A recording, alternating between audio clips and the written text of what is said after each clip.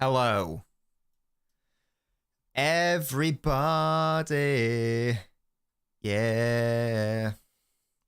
Don't know what I'm trying to say there.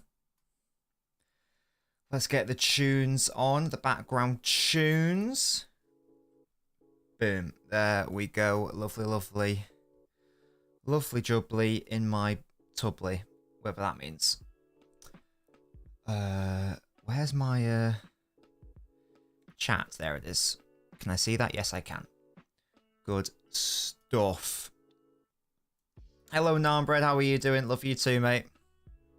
How are you? Welcome, welcome, one and all. James, love you too. Hello, Matty. How are you, sunshine? Sunny Jim lads. Allow me to just do something. Un momento, por favor. Will I call it around on time? Don't worry about it.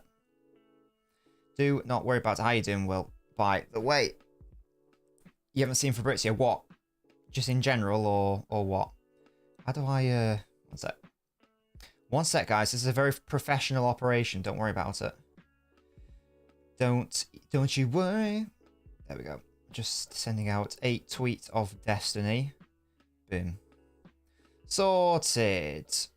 Boom. Hello, guys. Welcome to today's live stream, which is we do this every single season for transfer window. It is deadline day. In 2 hours, the transfer window will have slammed shut. Yeah, that's how it works. It slams just like that. So what we are going to do today, as we always do, is I like to get your thoughts and your guys' opinions on how your clubs have been doing, how you think your clubs have performed in this window, what your thoughts are for the upcoming season, whether you're a Premier League fan or a Championship fan or whoever you support. I would like to hear all your thoughts. Obviously, today's going to be focusing on Premier League transfers, and we'll be trying to keep abreast of all of the main transfers that actually transpire now, and then we'll go over the main ones as well. For example, I believe that it's been confirmed that now that João Cancelo is confirmed as a Barcelona player. Let me just get up Romano's Twitter just because that's quite a good place for updates, isn't it? Yes, it is indeed. Hello, Liam Byrne. I'll tell you what I will do, actually. I'm just going to hop straight into the stream chat now. Hopefully, some of my admins will come later, so I don't have to just keep an eye on that. But at some point, I'll be asking you guys if you want to come on the stream. There is a stream queue, voice chat for you to hop in if you would like to. James, I bet it's you, mate. But yes, let's have a... Let's first of all go straight to Romano's Twitter first of all. Does a chat pop up? It does. That's a little bit annoying. I'll just pop it there. That's fine. Or there, actually. Yeah, I'll pop it there. That works. Ha ha ha ha. Now you can't... No, you can still see it. Wait. This is an incredibly professional operation, I think you'll find. There we go. Boom. West Ham have scored, have they? Excellent work. But yes, so, I mean, I've not actually been keeping up to date on the transfer activity that has... I've not been keeping up to date with the transfers that have transpired so far. Mo, what the hell? Don't I mean? So that's what I want us to identify in the first instance. So there we go. João Felix to Barcelona. Is that actually a thing? Amrabat is confirmed to Manchester United. I believe that is on loan. This is... I don't know if there's going to be any Spurs fans who want to talk about it, but I know it's not this side. But that Johnson... chap for over £40 million to Spurs. I'd like to talk about that as an interesting situation. You know, a grave belch. Is that actually going to transpire? I'm sure we'll have lots of Liverpool fans who want to talk about their window and whether they're happy with it or not. Why is it on loan, Matt? It's because I think it's because you don't have any money. And also, obviously, the biggest news is the fact that there's been this £150 million bid for Mo Salah, and it's been rejected, I believe. So, you know, does every club have their price for even their best players? No, it's not. Oren, I made that up. I just like to call them that. you know, it does there come a point where the value of a player, it's too much money to give up? That's the thing. Big day today, says Mark. Indeed. Looks like Agrobuch will happen no matter what. Well, that's something we can have a chat about. And even this, I didn't even realise this happened. Spurs approached Chelsea to ask for Chalobah on loan deal. No green light from Chelsea. Difficult due to rival. That is very curious. Hello, Liam. How are you? They're going to make a 200 bid soon. Thinks Continental Sports. Well, we will be keeping an eye on that. We will not end the stream until the transfer window is closed. I should add a countdown for 11. Oh, that would be a good idea, Mark. I'll do that next time. Now I know for the future. I'll do that next time, Mark, for the winter window. Yeah, Liam, how you doing, mate? Look at this. Zhao and Zhao done. No buy options. It closes at 11 p.m. Mo, which is in just under 2 hours. And Dortmund. Or Jack, we could talk about Dortmund as well if you want. Yeah, this is big for City because there was talk about, you know, allegedly Arsenal wanting him. That was never going to be an idea. João Felix and João Cancelo will both join Barca. Cancelo deal has also been completed on a straight loan from City, but that's a bit annoying. No buy option in both deals due to financial fair play. So Barcelona are so broke that they can't even afford to have a buy option in the contract. So that's a bit annoying. You know, that's just like basically he's running down his contract for, you know, for another year for no reason. So that's a bit annoying. What here we go, mate. Colin Mwani to PSG. Here we go. 90 million euro package, apparently. Look at that. Where's KX when you need him? Can say to us, exactly, Mo. That's why it could not happen. God's sake, Tom. If you want to, Jack, if you want to. But yes, I want to be talking about this. Eric Garcia, how the mighty have... I mean, it was never mighty, let's be honest. That's a really weird one. The João Felix one, I don't really know what Barcelona are playing at. Why wouldn't you just... I mean, I don't know how the finances worked, but... I mean, why not just have the buy option there? But there we go. Hello, Lil Gordon. How are we? Am I gay? You're damn right I am for you. Luton, a massive, by the way, says Kante. Absolutely. They ain't broke. Oh, okay, Liam. I'm 10 years behind on here, just in my comment. Yeah, Ed, it is slower on the YouTube, that's for sure. Hello, Erling Era. Up low, City. Indeed, yes, we'll be talking about City as well. But, I mean, let's kick this... apparently not halves, and apparently not. Like it's from Romano's pinned comment, I believe. It's to do with João Felix, so it looks like it is on. It looks like it is on loan anyway. But yes, as I say, this is a phone-in show, so I mean, let's get what's it? Whoever wants to join first of all. I guess hop in. What club shall we talk about first? Actually. Is there a specific club? There's lots of Liverpool fans here, I know that. I feel like we should probably leave it for Liverpool just for a second. Thank you for following, Lowell Gordon. Just because I feel like Liverpool's will be quite tasty. I also want to speak to Liverpool fans maybe when we've got more an idea of the Mo Salah situation. So I'm interested, just as a warm-up, I'd be interested in talk about someone like West Ham, Spurs, Newcastle... Everton, Brentford, Villa. Will, do you want to talk about Newcastle maybe? I know you're a Borough fan, so I'm sure you'll have lots of thoughts on them. And what I thought we could also do is do a cheeky little tier list just of the clubs and how we think they have performed in this window. So this is a transfer window tier list. So at the bottom, it's literally broken. The worst of the worst. Just above that, it's drafty lads because the window's drafty. Mid tier is Zendaya. Insulated is one above that, and then double glazing is the peak window that we want. Love you too, Sen. How are you today? Let me know who you support, matey. And Will says he's going to talk about Newcastle United. So let's bring up Newcastle now, shall we? And introduce ourselves to Will, who is a Borough fan. How you doing, Will? I'm doing good. Excellent. I mean, guys, if forget the blue pill, use this household food to fight ED. If you guys have erectile dysfunction, make sure you click that link. Absolute scenes. Bournemouth last says Lil Gordon. Mo, it's just a thing that happens. Let me just turn Will up actually. And you might be a little bit muffled, Will. So you might also want to move your microphone a little bit. Liam, we're talking to the Liverpool fans later because there's a lot to get through with Liverpool, and there's also many Liverpool fans who want to talk. I want to warm up with another club first of all.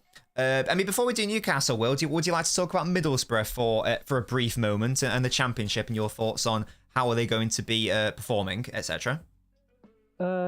Mid-table, we lost all of our best players, every single one of them. I thought we'd keep about 2 or 3. We didn't. So I don't expect us to make playoffs. And this is the best the Mike is going to get, unfortunately. No, that's good. That's good. So realistically, what's a realistic ending position?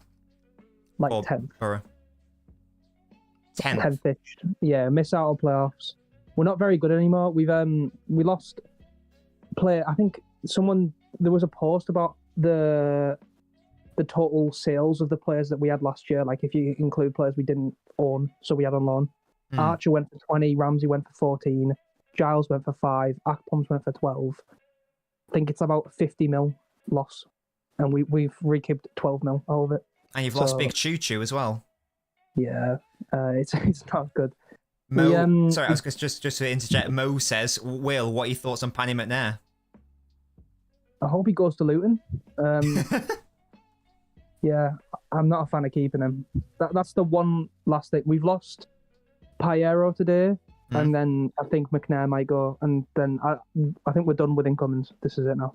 Right, okay, and Half says they're getting lower mid-table maximum because they reek, and Musty asks, Will, what are your thoughts on Crooks? He is terrible. Fairs. There we go. So basically, it sounds like it's not going to be a positive season for Borough. We might play some good football, but we're not going up.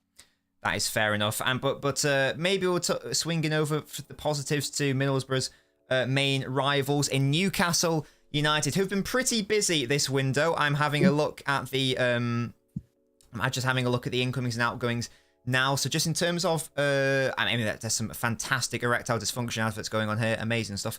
Just in terms of the departures, the main one I guess is St. Maximin. Chris Wood left for Forest. Shout out Jack. Ryan Fraser left to Southampton. But apart from that, there's not too many key crucial players they've lost. Conversely, they've brought in Tonali, Barnes, Livramento, all on big money. Also, Lewis Hall, I believe is that a loan with an option to buy or something like that. So what do you make of their business, Will? Yeah, I think it's been, I'd give it an 8 out of 10. It's been pretty good. Talk me through these players. Lewis Hall, I think a lot of people will like after a few months of watching him at Newcastle. I already like him because I watched him at Chelsea last year and when they were shit. And yeah, I felt he was their best player during that period. I think he's class. So he'll take over Dan Burn's spot eventually. Tonali, that's one I can't judge. He looks alright, but how much did they pay? 50 mil? So I mean, this is in euros, but 64 million euros, which is what, 55 million pounds-ish? Yeah, that's a lot of money. He's got to be like, you'd want him to be the same level as Bruno G, really. Yeah. So I don't know about Tonali. He looks alright, though. That's fair enough. Let's just catch up on the chat just one moment. I want to send me from the store, but I don't have icons. Fancy let me have a loan. Yeah, Tab, you can do one if you want. Just check if it works. Ed says the man missed an open goal versus Coventry. Crooks is shite. Oren is Roman Reigns. Oh, what do you mean the Discord? Yeah, I know that. Don't worry. Mark says, do you see the video of Fabrizio saying he dreams about transfers and thought he missed one from a dream, and then the same day Cole Palmer joined Chelsea? Well, we will be discussing Palmer and at length when it comes to. There we go. Yeah, Will's fixed his mic. Klopp is running around. He's popping off. Excellent.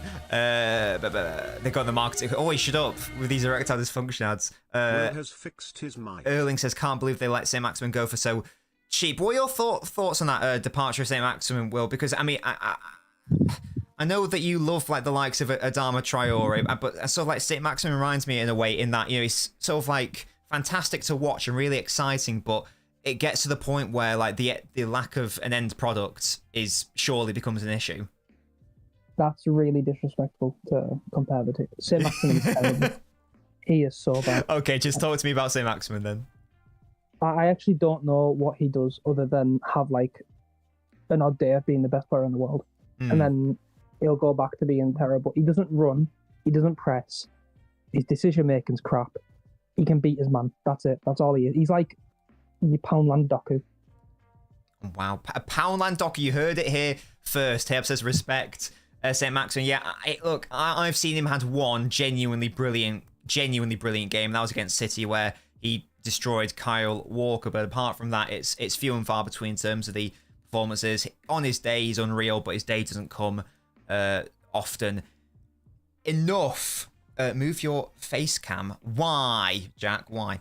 But yes. So, what would you? Where would you pop Newcastle's window then, Will? In insulated or in double glazing?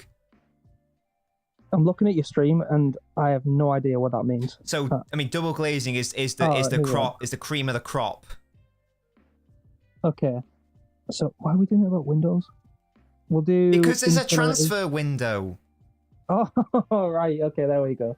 Yeah, insulated. Insulated. There we go. Newcastle have got an insulated window. I mean, it is cutting off the chat. But, you know, I'll make myself smaller. Then there we go. I mean, you can still see most of the chat. It doesn't matter, does it? It's all good. I mean, I don't know what the solution is there. To be honest, I guess I could pop it on the other side. Maybe I should do that. Shall I do that? Is that something I should do?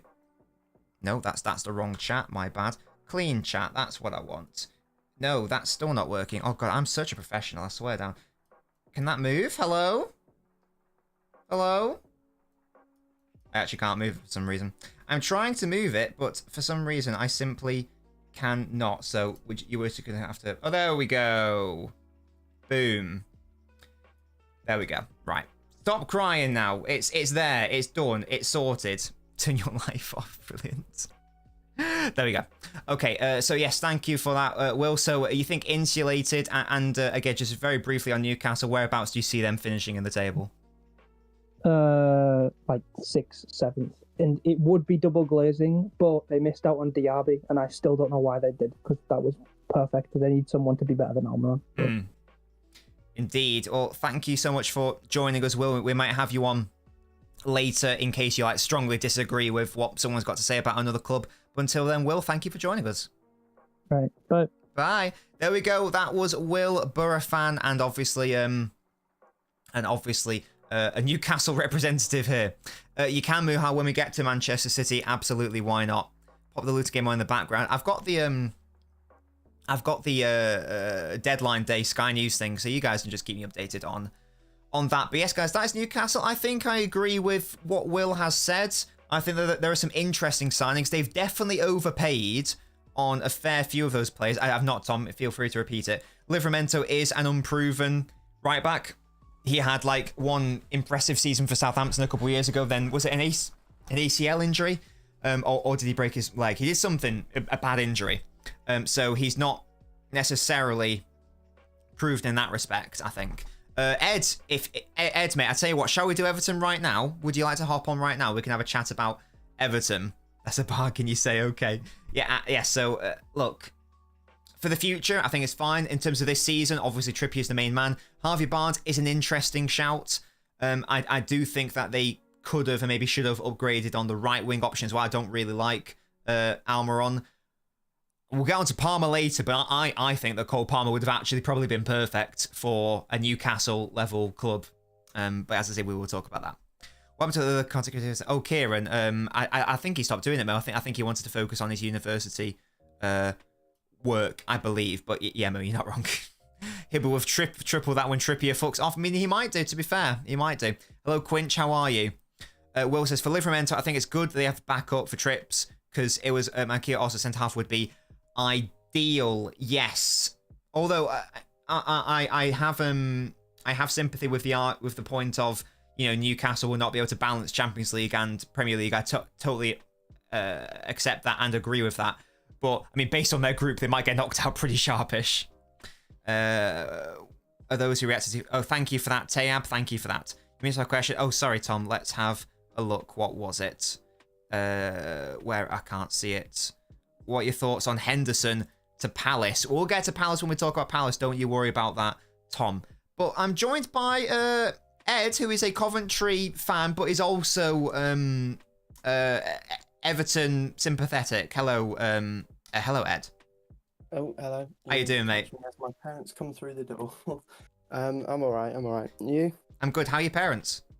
I mean, I can find out if you really want me to, but I was just being polite. I'll assume they're all right.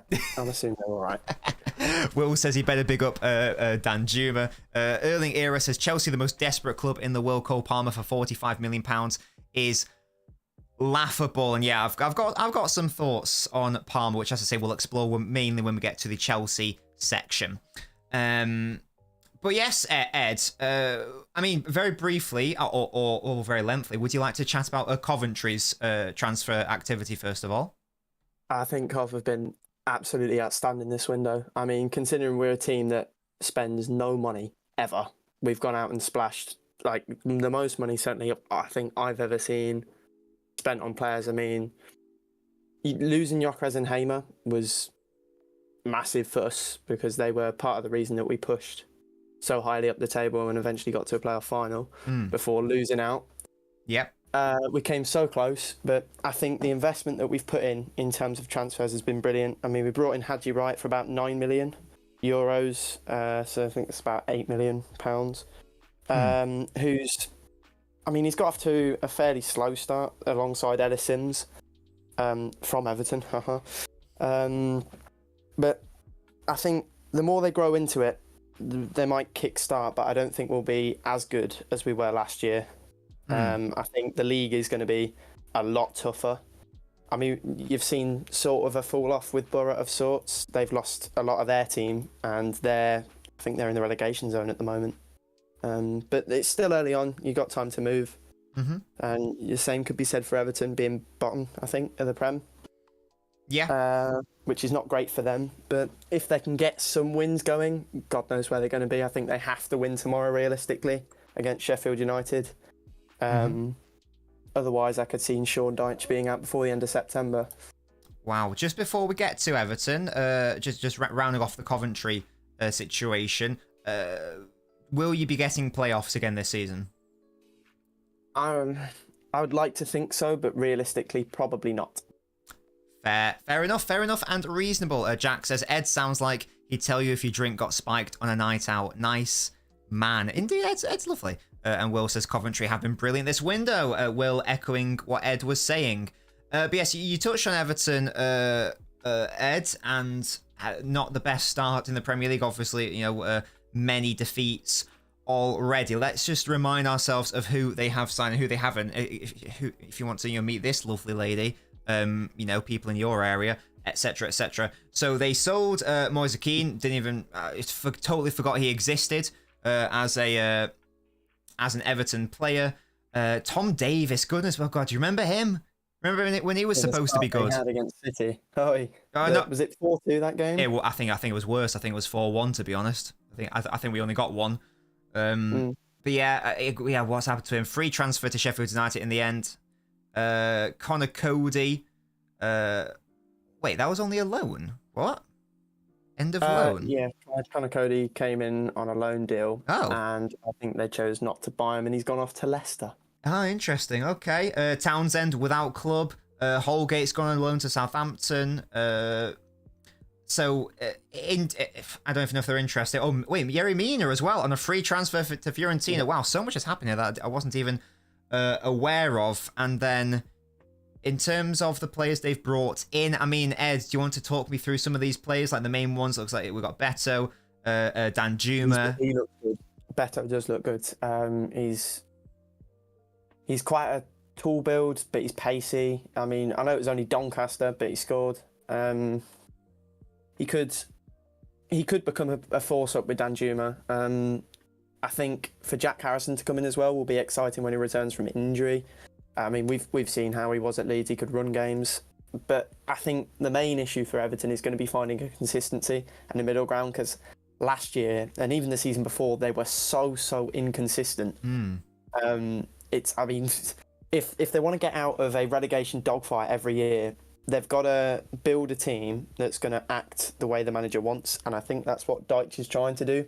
I mean, because we know with Burnley it was Brexit ball and you cross it in. Well, he's brought in a tall striker. He's brought in two tall strikers because Giametti's got some high on him as well. But I think some of the transfers are a bit questionable, like Ashley Young.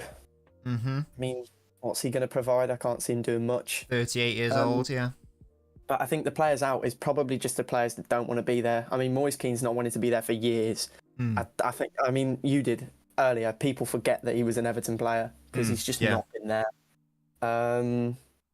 But I think it's going to be a similar sort of season for Everton. I think they've got to try and find some consistency to try and stay up, because it will be hilarious, and this is me as a partial Everton fan saying, it will be hilarious if their new stadiums for like debut seasons in the Championship. Yeah, and I agree. I think it's as much as I rate Sean Dyche, he's the only reason I haven't got Everton to get relegated this season, because I think Dyche will just about do it. They are in a big risk of going down, as you say, with that financial burden of the stadium. If they do end up going, then that could be like another Leeds or another Blackburn situation. That is how genuinely serious that situation is. Musty says West Ham are so poo. Sounds about right. Luton have more XG than West Ham, says Tayab. Excellent stuff. Will says better in that second half, was brilliant, quick, stronger focal point. He's like Antonio, but hopefully a better finisher. Yes, for Everton's sake, that will hopefully be the case. The only dog is me putting Sean Dyche in doggy style, says lol. Amazing stuff. And Will says Young almost feels like he's exclusively been brought in to cross the ball, whether that's open play or set piece. Well, he did used to be really good at set pieces back in the day, in sort of like 2011, 2012. That was free kicks and corners were his main thing. And Tayab says, Ed, what are your thoughts on James Garner? I think if he's actually going to be used at CDM, he could be really good. But Sean Dyche has a thing for playing in right midfield. I mean, he's looked impressive, I would say, on the ball and like awareness of the game.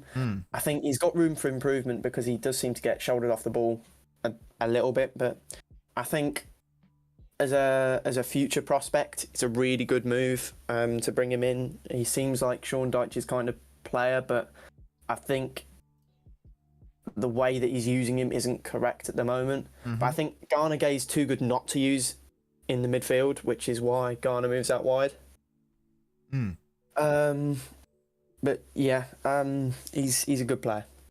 He's a good player. And speaking of good, have Everton had a good window, Ed? Where are you ranking it? Bear in mind we've popped Newcastle in insulated, which is the second highest. There are 5 tiers. Which do you think Everton belongs in? In some ways, I think it's positive, but I don't know if it's enough. So I'm like, if I could put a middle ground, I'd go between Drafty Lads and Zendaya. Okay. But I mean, Zendaya is literally in the middle, to be fair. Yeah. I mean, it's got positives and negatives, so I'd say Zendaya's fair. Sure.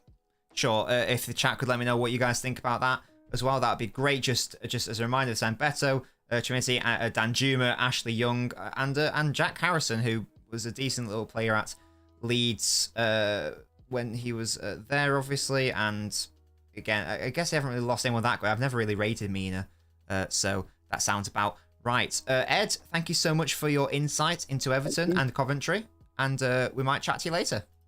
Yeah, see you in a bit. Cheers. Bye. Why is it, Matty? It's a joke because mid. It's a joke. I'd say Zendaya too. Some big losses, but Harrison, Danjuma, and Beto should keep them up. Yeah, I think I've got them to finish like either 1 place or 2 places above the drop zone. Let's just do a couple teams now who I know we're not really going to get any representatives on, because I know we don't have any people who would want to call in who are fans of these teams. Luton, for example. What do we make of Luton? They signed Ryan Giles, Borough legend. Taif Chong, who I believe was a Manchester United player. I don't know enough about... Oh my goodness me. Musty's popping off. Doku tomorrow, hopefully, Musty. I really hope so. Does Anjo Gomez play for Lille? Is it Lille he plays for? Doku tomorrow. Big up Doku. And in terms... I mean, I'm not going to lie, I don't know any of these players. But what do we think about Luton? I mean, to me, it's not inspired, but I guess they can only do so much because they are Luton. We haven't touched United yet, Pim. Don't you worry. I don't rate their manager, says Oren. What we thinking? I'm thinking where are Luton? It is pretty poo. I appreciate they can't really be expected to do that, but I mean, at the most, it's drafty lads. Is it worse to be literally broken? Oh, you think insulated? Well, tell me more. Tell me more. I was thinking more drafty lads. Are you thinking about the relativeness of it? As I say, I don't know nearly enough about these players. Don't worry, we'll talk about gravy lads in a bit. Don't you worry about that. Liam's holding 5-second mute. Don't be mean. Birch #announced. Don't be mean to Liam. Gravenberch. Yes, indeed, old Gravenberch. I'm going to rep City with Jack. Yeah, Muhar, if you want to talk about City, we'll talk about City. Don't worry about it. We will get through everyone tonight. Just while Will's... Oh, here we go. This sounds like the best championship level players, and going down is inevitable. They've prepared very well for when it happens. Okay. Well, for now, I'm going to keep it in here just for vibes. But we will potentially move that on later for Luton, depending on. I normally move the tables around when the teams around when we do that. Again, don't think we've got any Brighton fans who would want to call in, so let's touch on Brighton. Shout out Village, biggest signing, bringing in João Pedro from Watford. They've also signed this lad from Lille. Don't know nearly enough about him, and they've also brought in a new keeper. Those are the main signings. They're also out of nowhere. I mean, we knew about this James Milner free transfer. I think that's a really good transfer. Just Ansu Fati on loan from Barcelona, just sort of out of nowhere. What a fun signing that is. Did we say Felix? According to Romano, Tom, yes, indeed. Brighton made big baller moves, and yeah, and if we just have a look at the We're now dropkick Saka on Sunday, and Vias has no pen. These memes are good use. It's now confirmed by Barca. There we go. One on a drop kicks Saka on Sunday and Vars Brighton, no pen. Brighton deserve the top one for somehow getting Fati. And just in terms of their departures, yeah, I appreciate that, you know, obviously losing Caicedo is a big thing. As I said, take Fati at City. Look how much money they made from Caicedo, over 100 million quid. Obviously, they lost McAllister as well. So they have literally lost their midfield, and they've lost their main keeper. But they've signed a keeper in replacement, as a replacement, sorry. And they have brought in other options as well. So I'm thinking, honestly, that maybe Brighton could it be a double glazing signing, even though they've sold Caicedo and McAllister. Is it the first instance of double glazing? I'm pretty sure everyone agrees Brighton have been double glazed. They have indeed, and that is Brighton. We'll just touch on one or two more of the clubs who I don't think we'll have anyone to chat about. There's sometimes a Brentford fan comes on. Right, this is gonna be those views meme in it. Shut on, Breds. Yeah, so Brentford, Burnley.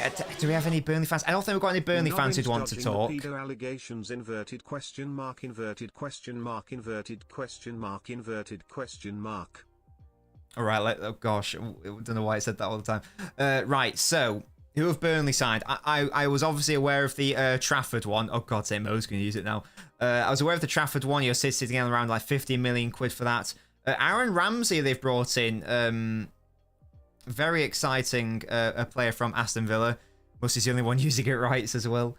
Sander Berge from Sheffield United. And in terms of their outgoings, again, there's that lady, a urologist. A shout out Ed, Bobby Thomas, a Veghorst has left. They lost Ashley Barnes, but it was probably time to move him on anyway. Forgot Peacock Farrell existed. Second best Aaron Ramsey signed for Burnley, says Halves. Dyer should prove to Burnley he shouldn't have been sacked. Well, it's a big time for Vincent Kompany. I do think they're going to do really well in the Premier League. Trafford, I think, is going to be a really good signing for them. He's obviously one for the future as well, only being 20 years old.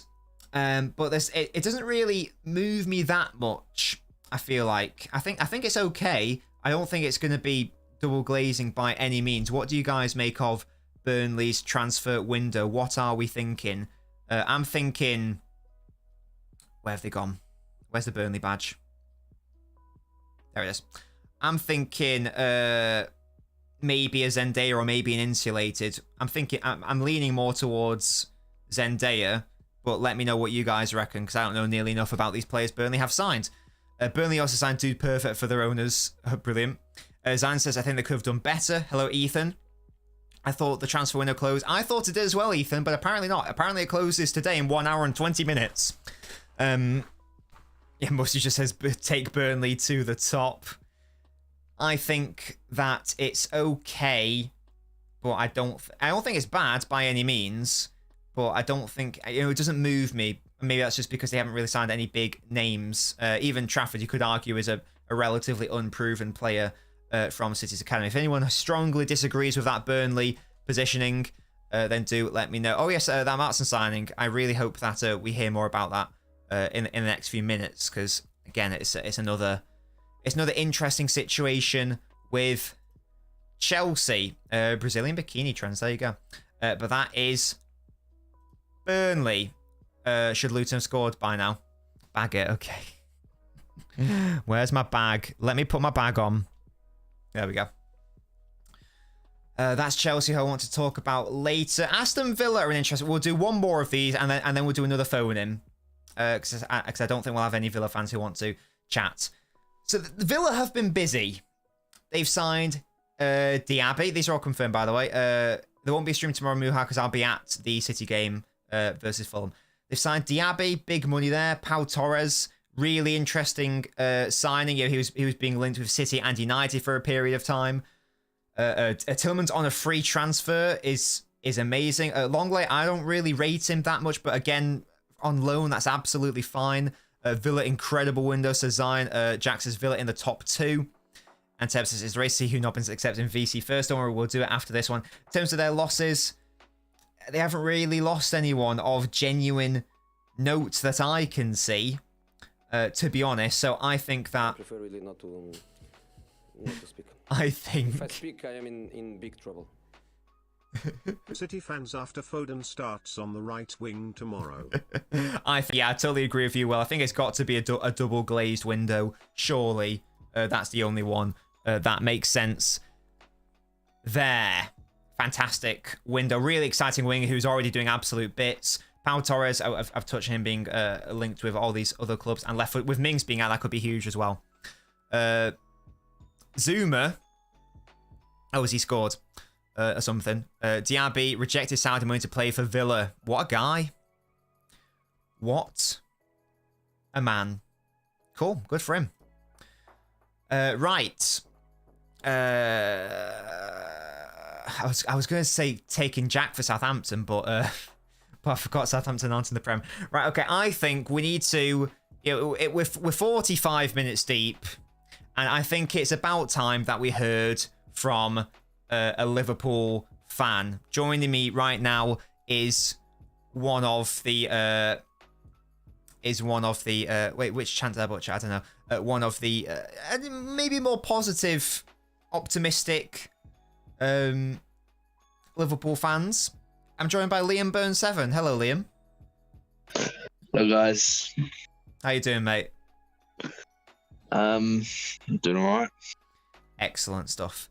So, Liam, talk me through your window and say, oh, I didn't know I was supposed to sing it, Will. I wasn't actually singing.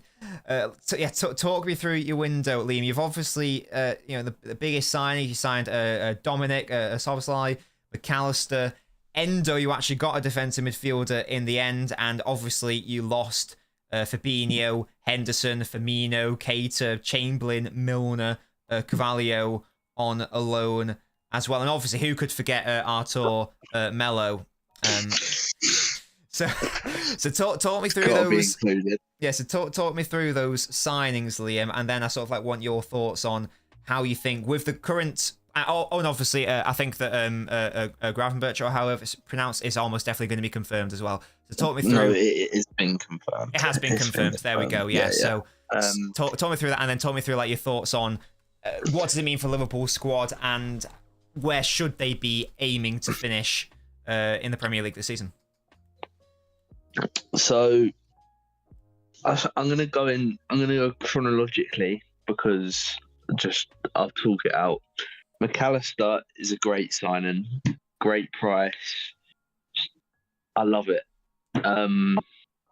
Obviously, at this time, you're thinking, oh yeah, we're gonna have a great window, all this.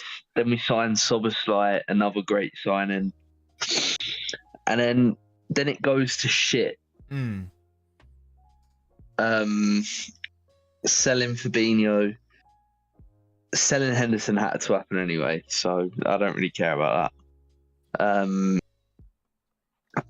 Caicedo shit, wasting weeks, all that. Bear in mind, this whole time, it's been many players we're linked to,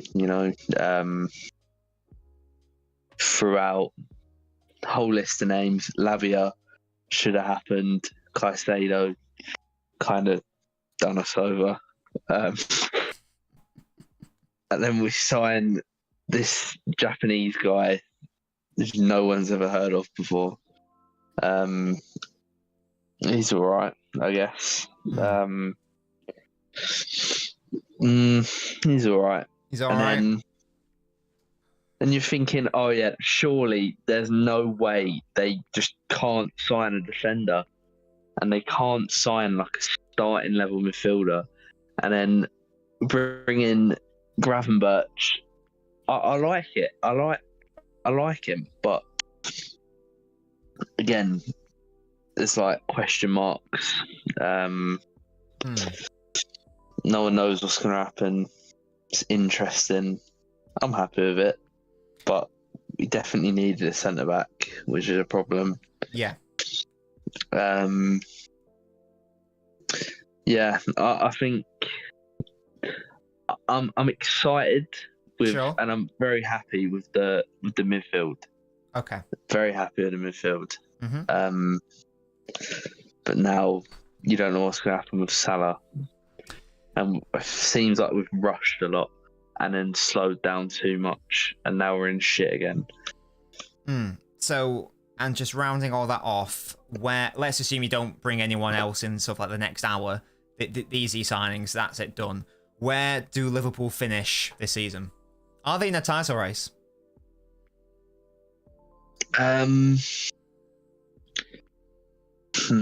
It's tough because if injuries are kind to us, see, Canate is another one made of Weetabix, so it's a problem. Yeah. So where is it you finishing? Maybe I'd say third. Third. Okay. Second or third. Second or third. Right. Okay. Interesting. Yeah, So you think there's a second or chance third. you could finish ahead of Arsenal? Yeah, Okay. definitely. No, that's good to know. Well, and just to get some variety here, because Liam is seen as a maybe more positive, optimistic fan. I'm joined by Mohammed Nader of Cairo, Egypt, who is maybe more known as you might say negative, you might say realistic, whatever word you want to use. But we are joined by Mo. Hello, Mo. Hello. How you doing, mate? Hello. Can you hear me fine? I mean, hearing your voice at all isn't fine, but I can hear you. All right, mate. No need for it, is it? Anyway, well, I prefer to use the word realistic as how I view the world, not just delusional, as someone here in the call is. Negative, Anyway. extremely negative. Anyway, where am I supposed to start? The midfield. Okay, do I just go in straight away? Yeah. Go for it, mate. Okay. See, I don't want to be like too negative here. Yes, But do the it. midfield, how are we supposed to be competing with this? We have 2 10s, or at least 1 10 and an 8, and a 30-year-old DM from Stuttgart, and you're supposed to be playing that midfield and what do you call it? Challenging for the league. We're not better than Arsenal. There's no way we're better than Arsenal. Absolutely no way. So See, it's also a shame because we have great striking power up front. We literally have 5 great attackers up front. They will score goals for fun. But if we can't defend or control the ball in midfield, then what's the point? yeah, you raise a good point. Even Liam did touch on the fact you do need another centre half. So Liam said that he said thirds, even touching second, maybe ahead of the Arsenal. Realistically, Mo, again, based on the signings that have happened, let's assume no one else comes in, where do you think is a most likely finishing point for Liverpool? See, if you signed maybe if you signed like Lavia and a good centre back, I would say we could finish second. But now, I think we will finish like fourth or fifth, maybe even fifth. Fourth or fifth? Yeah. Liam's laughing in the background. Liam, why are you chuckling? Mo, Lavia, what is Lavia gonna do? Please enlighten me. Well, he's an actual DM. Okay. For one. So have we not got someone to a similar level in age? Because you're not gonna start in a 19-year-old was always a problem. It's not like there still would have been problems if we signed him. You're talking about Bajetic or whatever, however his name is. What's the point of signing him? You're blocking the path. Is he the same level as Lavia? I don't know. Is he? I don't know. I would say Clearly, we've signed Gravenberch, who's not a DM as Tuchel said. He's another attacking midfielder. So what are we gonna do with 3 attacking midfielders? it's for box to box. Don't worry, He's got Oren. the attributes to be a DM. Don't worry, Oren. I'll bring you Okay, in. well, Liam. In a So you're moment. telling me Tuchel said he's not a DM, and you're telling me he can play? Okay, mate. Listen, Tuchel sold him because he's an idiot and he's a dinosaur, mate. Okay. I'm telling you now, this would be a good sign. So Mo, we've heard Liam's thoughts on Gravenberch. He's happy with it. He's excited by it. He's been quite positive and optimistic on it. What are your thoughts on it? Is it the profile of player that you need? Are there concerns that he basically spent the whole season on the bench last year by Bayern? And in relative terms, in today's market, £35 million isn't that much. Is there a risk, or are you at all worried that maybe Bayern have looked at him and just gone, actually, we don't rate him at all. You can go for like 30 million quid. Is that a worry? Well, clearly we've not signed him based on form because last season he's basically spent all of it on the bench. But in isolation, I don't think it's that bad of a signing. But considering the context and how much we did DM, I don't think it was the right move. Maybe we should have signed someone. Even Amrabat, I think would have been a better signing, perhaps maybe. No way, no. We are not doing this. We are not doing this. What? No. Amrabat. We'll be talking about Amrabat when we get to the United section. Don't you worry. I think Mo's. Anyway, I don't think we should have signed him. Another like box / attacking midfielder. We already have maybe one of the best in the league in Szoboszlai, and so I don't see why we need to have 2 of them. Maybe even 3 if you consider McAllister one as well. Who would you say, right? Oh, 1 second. This guy. Right, whilst Liam's sorting himself out, I'm just going to bring in a third Liverpool fan in Oren, because I want to get his thoughts as well. Hello, Oren, mate. Hello. How are you doing? Can you hear me well? I can hear you fantastically well. Bosh. Caught me off guard. Bit of a weird entrance, mate. How are you doing, mate? I good. I'm doing all right. What are your thoughts? What are your thoughts so far on the discourse that's taken place between Mo and Liam? Who, it's two different ends of the spectrum. Which camp do you find yourself in? I agree with like both sides. To be honest, I'm a bit neutral here. I'm going to be honest. I think take that fence, that splinter out of your ass. Get off that fence. it's like a mix between the both, right? I think where we're going to finish, right? I think we're going to make top 4 this year, right? Because Szoboszlai is a fantastic sign. McAllister's a really good signing. Gravenberch is all right, and then Endo's like, it's kind of like if he's our only holding midfielder, we're just kind of worried. We should have probably signed a centre back as well. But I wanted one man. We should have got Thuram from Nice. The fact that we didn't get him kind of pisses me off because he would have fit perfectly. Reminds me what his position is, please. He can play anywhere in midfield. I think, like mainly box to box, but like he's sort of a bloody thrasher man. You get me? I get you. Yeah. So it's maybe a bit more defensively inclined than someone like Gravenberch, for example. Yeah, pretty much. Because I think what Klopp's apparently what Klopp's trying to do, right, is have him like Gravenberch at the 6, and I don't think that's going to work. And I'm not like that keen on Endo either at the 6. So I would have thought that Thuram would have worked really well in the 6, personally.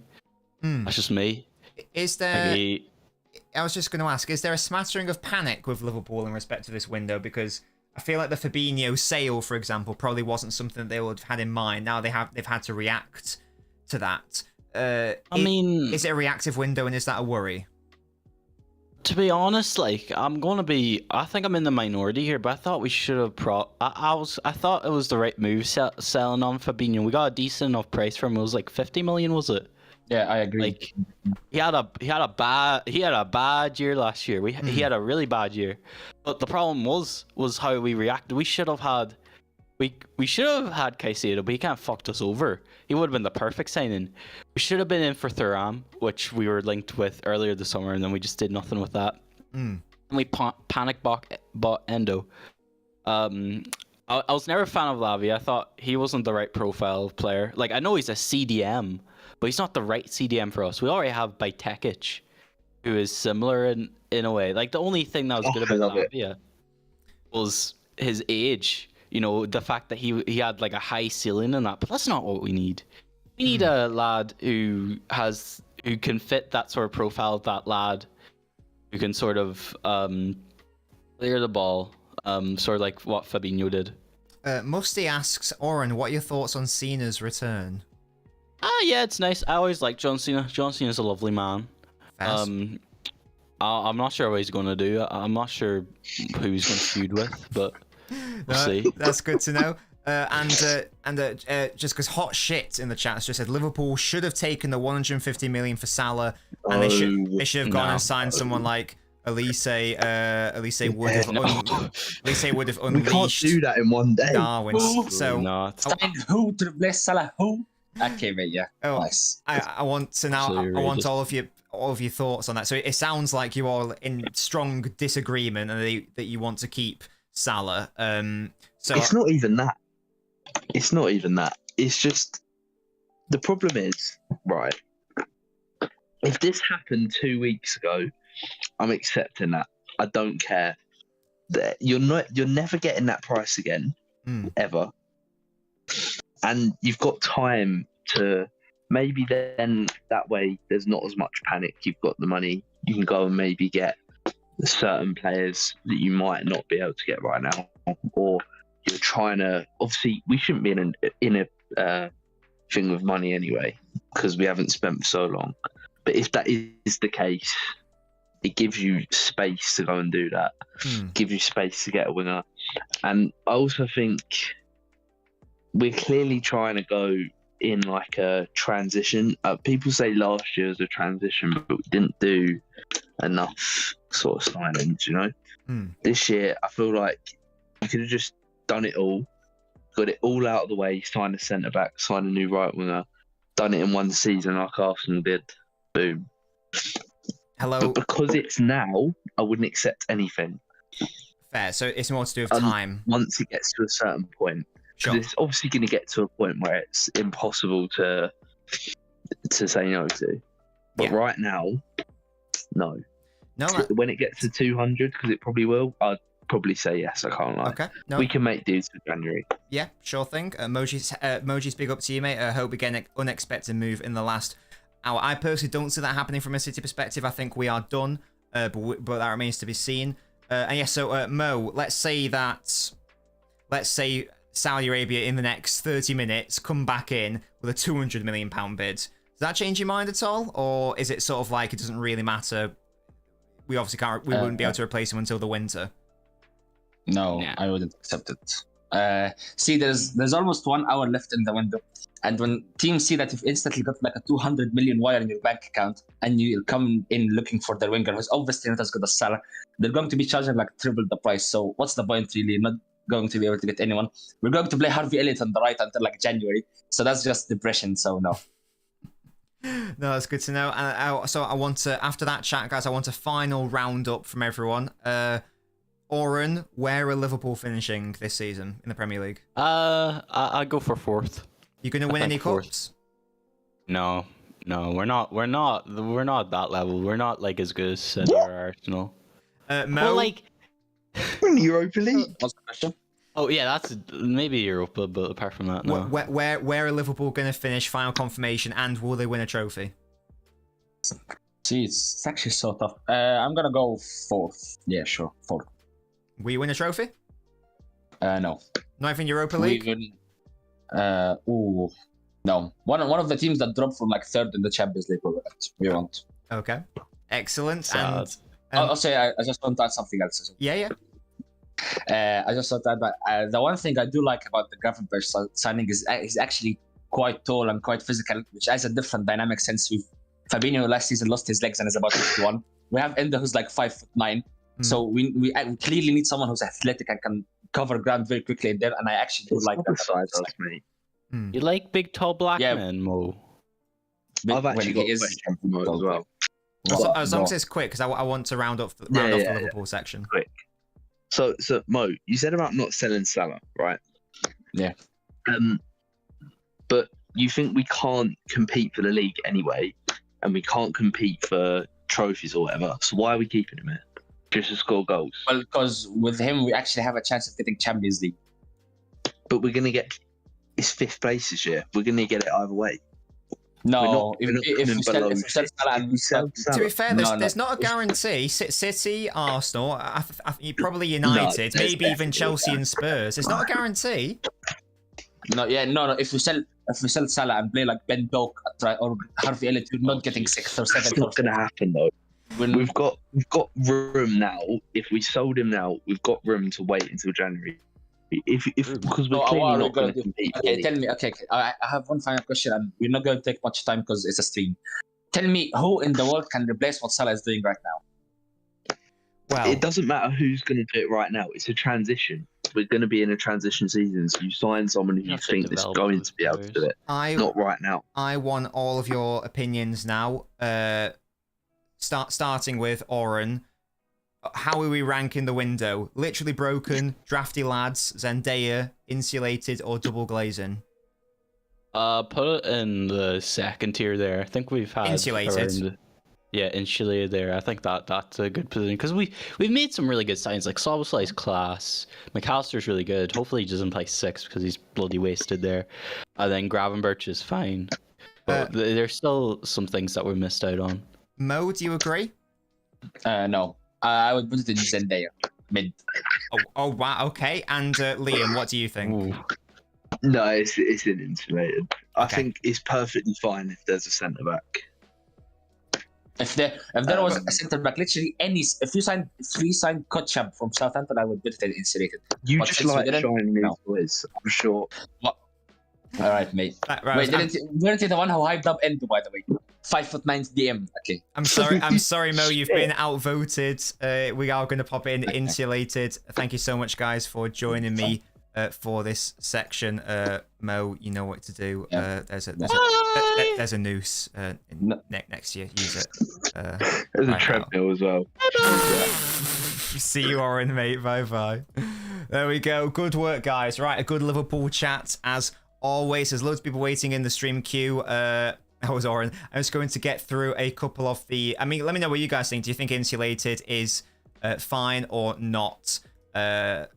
Just a reminder of who they signed. Gravenberch, Szoboszlai, McAllister, and Endo. They've lost Fabinho, Henderson, and a couple other bits of dead weight. To be honest, let me just do a couple of teams who I don't think we're going to have a representative to chat about, starting with Forest. Hot says, Klopp's trying to build a Liverpool that looks like City. McAllister as the Gundogan, Szoboszlai as De Bruyne. Well, that's a bold strategy. We'll have to see if it pans out for them.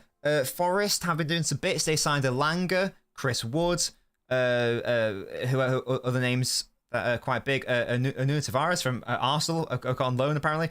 Callum Hudson-Odoi is a really interesting one. God, do you remember when he was like linked with Bayern for like 40-50 million quid? Yeah, we did Luton Kante, yeah. And who have they lost? So I don't think it'll be on here, but haven't they lost Johnson to Spurs for like £40 million or something insane? They've lost Cafu. Oh god, it's all gone wrong for them. So I don't really know what to make of that window. What do you guys think? I mean, I think it's all right. Chelsea rejected. I don't remember that. Oh gosh. I think it's all. It doesn't really fill me with that much inspiration. I think given their level, it's probably about right. What do we think? Like Zendaya, maybe. Chelsea must regret not selling him to Bayern. Exactly, Hots. Exactly. I'm leaning towards a cheeky Zendaya, but let me know what you guys think. I wonder if we'll have any literally broken ones. Mega Mid says Jack. I think that's fair. I think that's about right. Sheffield United again. Don't think we'll have any representatives, so let's just chat about them now. They brought in Cameron Archer on big money, to be fair, from Villa. Is that just because of Elanga Tayab? Chelsea rejected 70 million. Yeah, that is insane, isn't it? Again, not too many players I know. They have brought in McAtee on a loan. This was confirmed today. He is a good little player. I really hope, from a City perspective, I hope he does well. I hope he becomes one of their best players this season. They've also got Tom Davis. If he wants to be a future City player, he's got to have a really good season. But apart from that, I mean, it's pretty. They've sold Sander Berge, signed this lad to Marseille. Billy Sharp on a free transfer. Do you reckon I don't think so, Mark, to be honest. I think City have done all their business now. I think this McAtee being loaned out is the last one. I think this actually might be broken. Where are Sheffield United? This transfer window screams to me relegation, to be honest. That's what I think. McAtee needs to make the squad next season. Moji, it's either he makes the squad or we sell him, I think, and we cash in and see what happens. So that's my thoughts on it. I think I'm going to pop it in there. I don't know nearly enough about them. Barca thanking Cancelo for lowering his salary so he could play how finished are that club. And there's not even a buy option in there either, which is very annoying. Tommy Doyle is mid, says Tayab. Yeah, he's probably like a mid-table player, to be honest, at this stage in his career. Is my Twitter working now, or is it actually still broken? I just want to see if there is any updates from Fabrizio. And no, I want to go to his profile, mate. Can you show me them now, please? Here we go. Oh wow, Jack, Armour Bell Kochap to PSV from Southampton. That's huge. Interesting. Sheffield cares, no one cares. That's what Mo. I did say that. Yeah. Yeah. Barca statement on Cancelo. Club wishes to thank João publicly for the financial effort made and his desire to wear the Barca shirt. All credit to Cancelo. You know, as much as like obviously there are some issues there with his personality. Credit to him that he could have gone to Saudi for like.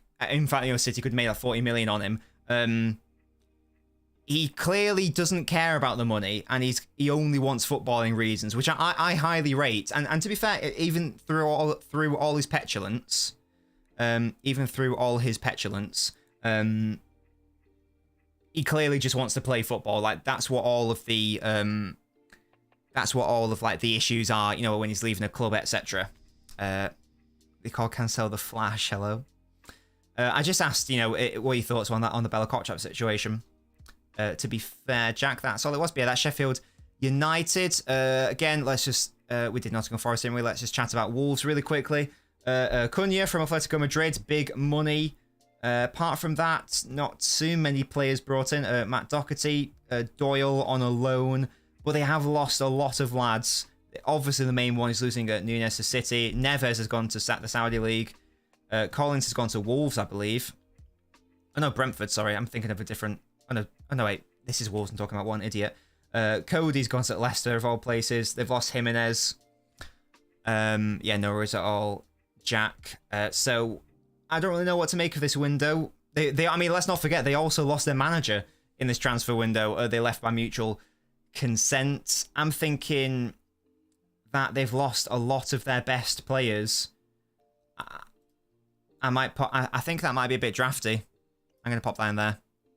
Cheeky guess does the job. Wait, Tayab, what? I'm going to pop them in there. That is Wolves. And then, what should we look at Fulham now? Or Crystal Palace, sorry. Who have they even signed? Dean Henderson. Okay. And this guy, this 19-year-old from the Brazilian league. They've lost their best player on a free transfer. I think that's pretty drafted, to be honest. I can't lie. Overall, especially losing Palace on a free. Fulham, Bassey, he only lasted, what, one season at Ajax? Brian Traore, you know what I think about him. Will won't like it, but you know what I think about him. Lost their best forward to the Saudi League. Again, I think that belongs in a... Where's the Fulham badge? Where's the Fulham badge? Am I blind? 1, 2, 3, 4, 5, 6, 7, 8, 9, 10, 11, 12, 13, 14, 15, 16... Right, this tier list actually doesn't have Fulham, which is staggering. They've actually been dropped. I would put them in drafty lads. This tier list doesn't have them. That's quite funny. God's sake, what is this? Remember if he played like how Liam describes. Oh, God. Brentford. Graven Birch if he played like how Liam describes him. Collins lasted, what, one season at Wolves? Hello, Slim, how are you? Thurston Hendo to Palace. I think it's only all right. I think it's a fine keeper, but I mean, it doesn't for me tilt the balance of losing Zaha, to be honest. Which other clubs missed? It says not. Is that not 19? I think it's only one. Kevin Shea is very good, you say. They haven't obviously they lost Raya. Don't forget the swimsuit guys. Shout out. Losing their keeper, bringing in a couple of interesting players. I might pop that in mid. Zendaya, I'll pop that there. I think that's fine. I don't think it deserves to be insulated. And then we'll do Bournemouth and then speak to someone about their club, shall we? What have Bournemouth even done? I don't know what they've done. It looks pretty boring. They brought in Tyler Adams. Alex Scott. Oh, that's the interesting signing, I guess. Justin Clever. I tell you what. I might pop them. I might pop them top of Zendaya. There we go. Buy the swimsuit for Mrs. Dobbins. Brilliant. There we go. Did we do Brentford? Yeah, we did Brentford. Okay, great. So, and we did Wolves as well. Okay, great. What do you mean, Tab? Hello? That's not very nice. Let's just refresh Fabrizio, see if anything has happened there. Don't think anything will have happened. There's the Bella Kotchak. Bella Kotchak to PSV. Done deal. Official. All good. Oh, here we go. Now, this is interesting. Ian Martson and Kukurea are both staying at Chelsea. Now, that is big from a... financial fair play and profit and sustainability perspective, because the idea of that was going to be, pure profit. And now that's obviously not happening. They're both staying. Clearly a deal between them and Burnley could not be reached on Martson, and United went for a different left back instead. So that is an interesting one. Ed says made in Coventry. Kukurea isn't a surprise. No, since it's a Region is he called, but is it pronounced or whatever? But yeah, that Matson one is an interesting one. No worries at all, Slim. I hope you're okay, man. Hope everything's going well in your life sphere. Shall we have a chat about Manchester United? I think I want to. Pim's been patiently waiting. You guys have all been patiently waiting. Don't worry, we will get to you. I'll drag Pim in right now. And Tib, I know you maybe wanted to chat about United, so if you do, please hop into the stream queue. Moses, I don't like this Chelsea strategy. I don't either. Sadly, we don't have a Chelsea fan to speak to. Because as Pim is just mumbling in the background. Goodness me, that was terrifying. Because Jack McLean isn't here. But I've got many thoughts on Chelsea. And if you guys got any strong thoughts on Chelsea, you don't even have to be a fan to hop in if you want to chat about that. Because I'm joined by Pim, who is a Manchester United fan. Hello, Pim. Hello. How are you doing, man? Good, yourself? I'm doing great because I'm speaking with you. Slim says he's missed this. Slim, we've missed you. Let's go to Man United's signings.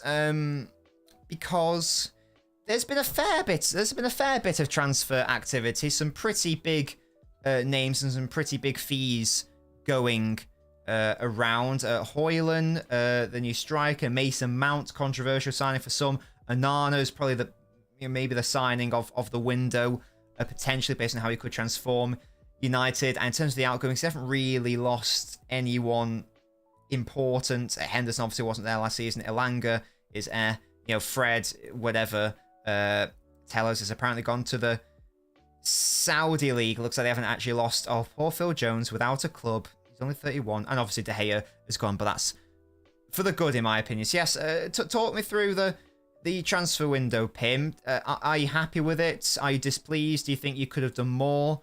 Etc, etc. Oh, and Amrabat as well. Yeah, he's not on this list, but yeah, him too. I mean, we've improved the squad. There's no denying that. Whether we've improved to the max we could have is the question. We still should have sold Maguire and McTominay. Had offers for both. I'm pretty sure when West Ham came in for McTominay, the board thought they'll get more from it, and they've now probably regretted that. His value will go down because he's not going to play. He's not better than Amrabat, Mount, Casa, Ericsson. So, like, where's he playing? And I've just noticed and remembered that you've also brought in 35-year-old Johnny Evans. What's that all about? Oh, mate, he's like, what is he, like 7th choice? Like, Maguire's still better than him, Lindelof's better than him. Varane's better, so is Lissandro. It's Short centre-back's probably better than him. Jack, I don't know. Is that actually a thing? Slim says, what do you guys think of this rumour that Purple Ake is dead? I don't have any thoughts on that, Slim, to be honest. Moshi says, the great Man United asking for loan players and for in terms of FFP, what a time to be alive. Yeah, so they were able to get the Amrabat deal over the line, but obviously they were constrained due to, you can look at it two ways. You could say due to lack of investment, or you could also say, bad transfers and maybe overpaying on certain players. Most of Chelsea splashing on the money, overpaying, and resorting to selling academy players for profit. Yeah, it's not an ideal way of doing it, to be honest. We're also joined by Tayab, Manchester United fan. Hello, Tayab. Hello. Do you echo a lot of what Pim has said, or do you have a different thought process on United's window? Is it enough? I wouldn't say it's enough, but I'd say it's probably like a 6.5 out of 10 because there's quite a bit that needs to be done in January. What is it that needs to be done in January? I think we need a centre back when Varane gets injured who can replace what Varane does. If not, do something similar. Do you have any names in mind? And well, Todibo's like the latest rumour, but then that's not happening if Maguire stays. And we were linked to Pavard, but he's off to Inter. And Sobel was another option, but I don't really know about him. So Todibo would be the ideal centre-back. Yes, Slim, we will do West Ham after this, actually. If you want to hop in the stream queue, Slim, just so I know that you want to chat, I'll drag you in after we're done talking about Man United. Oren says, not selling Martial is deserving of a points deduction. What are your thoughts on that, Pim? Martial, still at the club. I mean, okay, if you're not going to sell him, because if you sell him, you have to replace him. Because then we have one striker, just one, who's a 20-year-old, like... And if you don't sell him, then you have to use him, which he will be used. And if he stays fit, he's actually I think he's actually a good striker. Martial. But you just can't say, yeah. If he stays fit, which is never. Yeah, that is an you can't issue. Build up form if you're not fit. Exactly. Yeah, I take the point about you'd have to replace him. I just imagine he's on quite a lot of wages, so it probably would open up. He would be. It probably would. What's it? You've got a new Discord. Oh yeah, there you go. Jack's dropped the Discord link. Good modding work, Jack. Thank you for that. But yeah, so yeah, Pim, is it enough? But before the window started, has it gone better, worse than you wanted? And realistically, where do you think Man United are going to be finishing this season in the table? Is it enough challenge for the Prem? No. Is it enough to challenge for the Champions League? No. Is it enough to try and win an FA Cup or a Carabao Cup? 100%. But it's just whether I think the Mount's a big risky one. He had a year left his contract. He wasn't renewing, and that was like certain. That's 65 million you could have spent on a centre back, you could maybe try and get that big name midfielder other than Mount, who's got maybe 2 years left in his contract. I don't see because either you spend 65 million on Mount now, you wait a year, get him free, or you wait 6 months and get him for 25, 30 million, because then Chelsea have to sell. So they'd have a bit of money than nothing.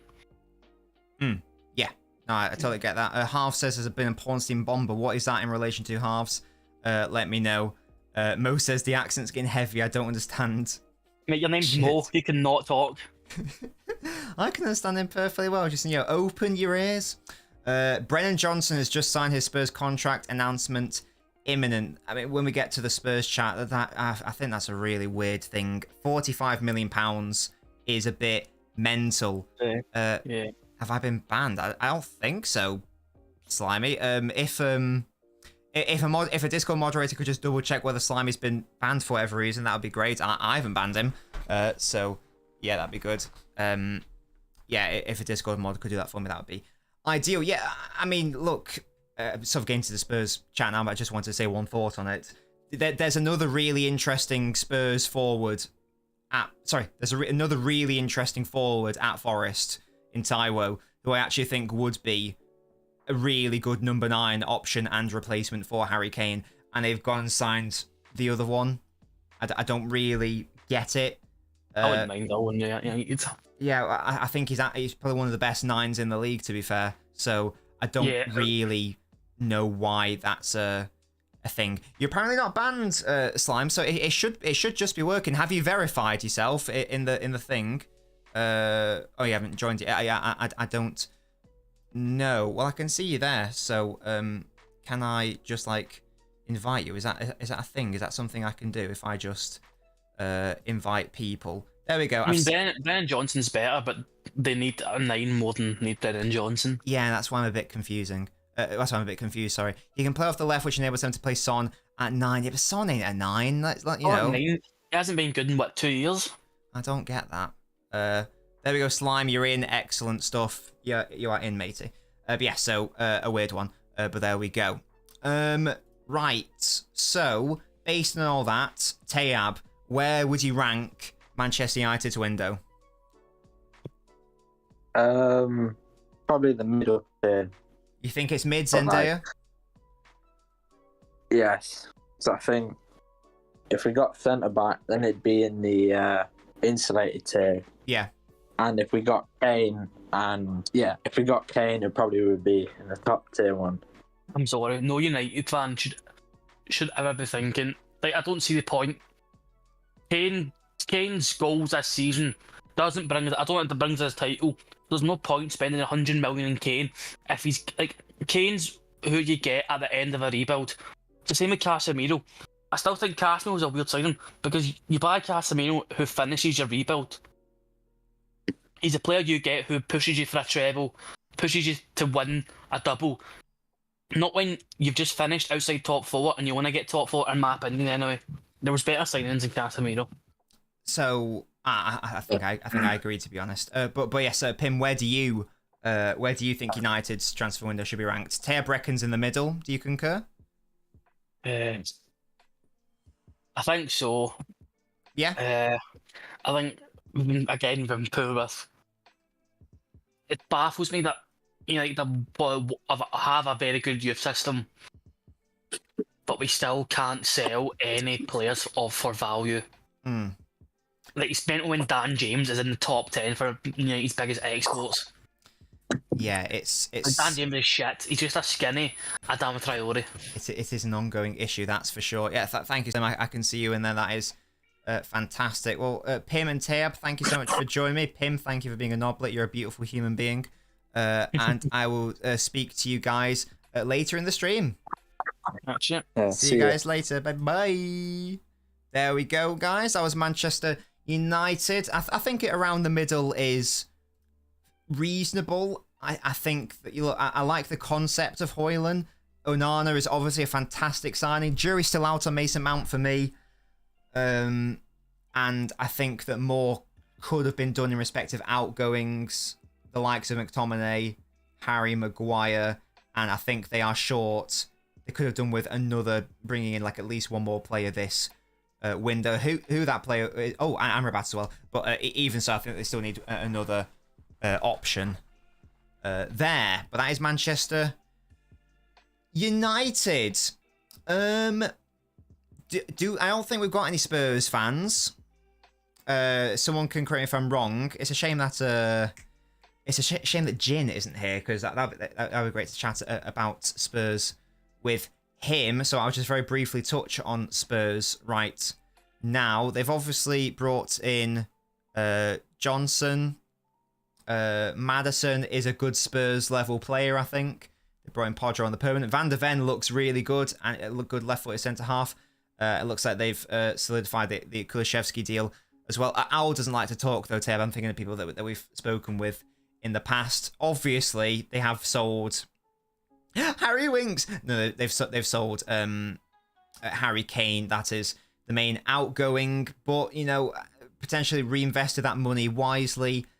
I think it's a pretty. I don't know what do you guys think about it? It's at least mid. I do quite like some of the names. I do like the idea of Maddison Van der Ven. I just don't know if it's. The question is it enough to get to insulated? Jack says it's insulated.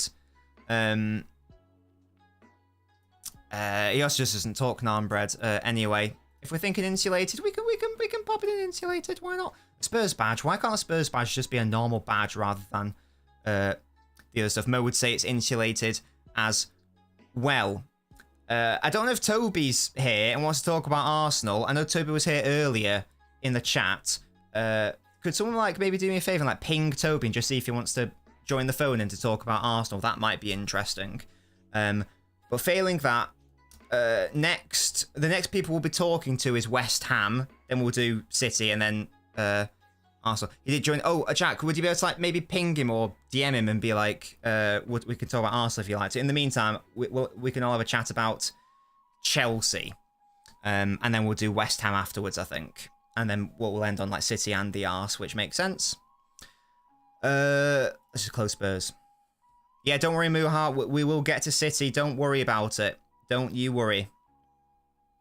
Just seeing if there's been any updates that haven't. Yeah, so Chelsea. Really, really, really weird. Really weird club. We can do Blackburn after Kante briefly. Yeah, absolutely. Really weird transfer window. Obviously, they've spent a lot of money. We all know that.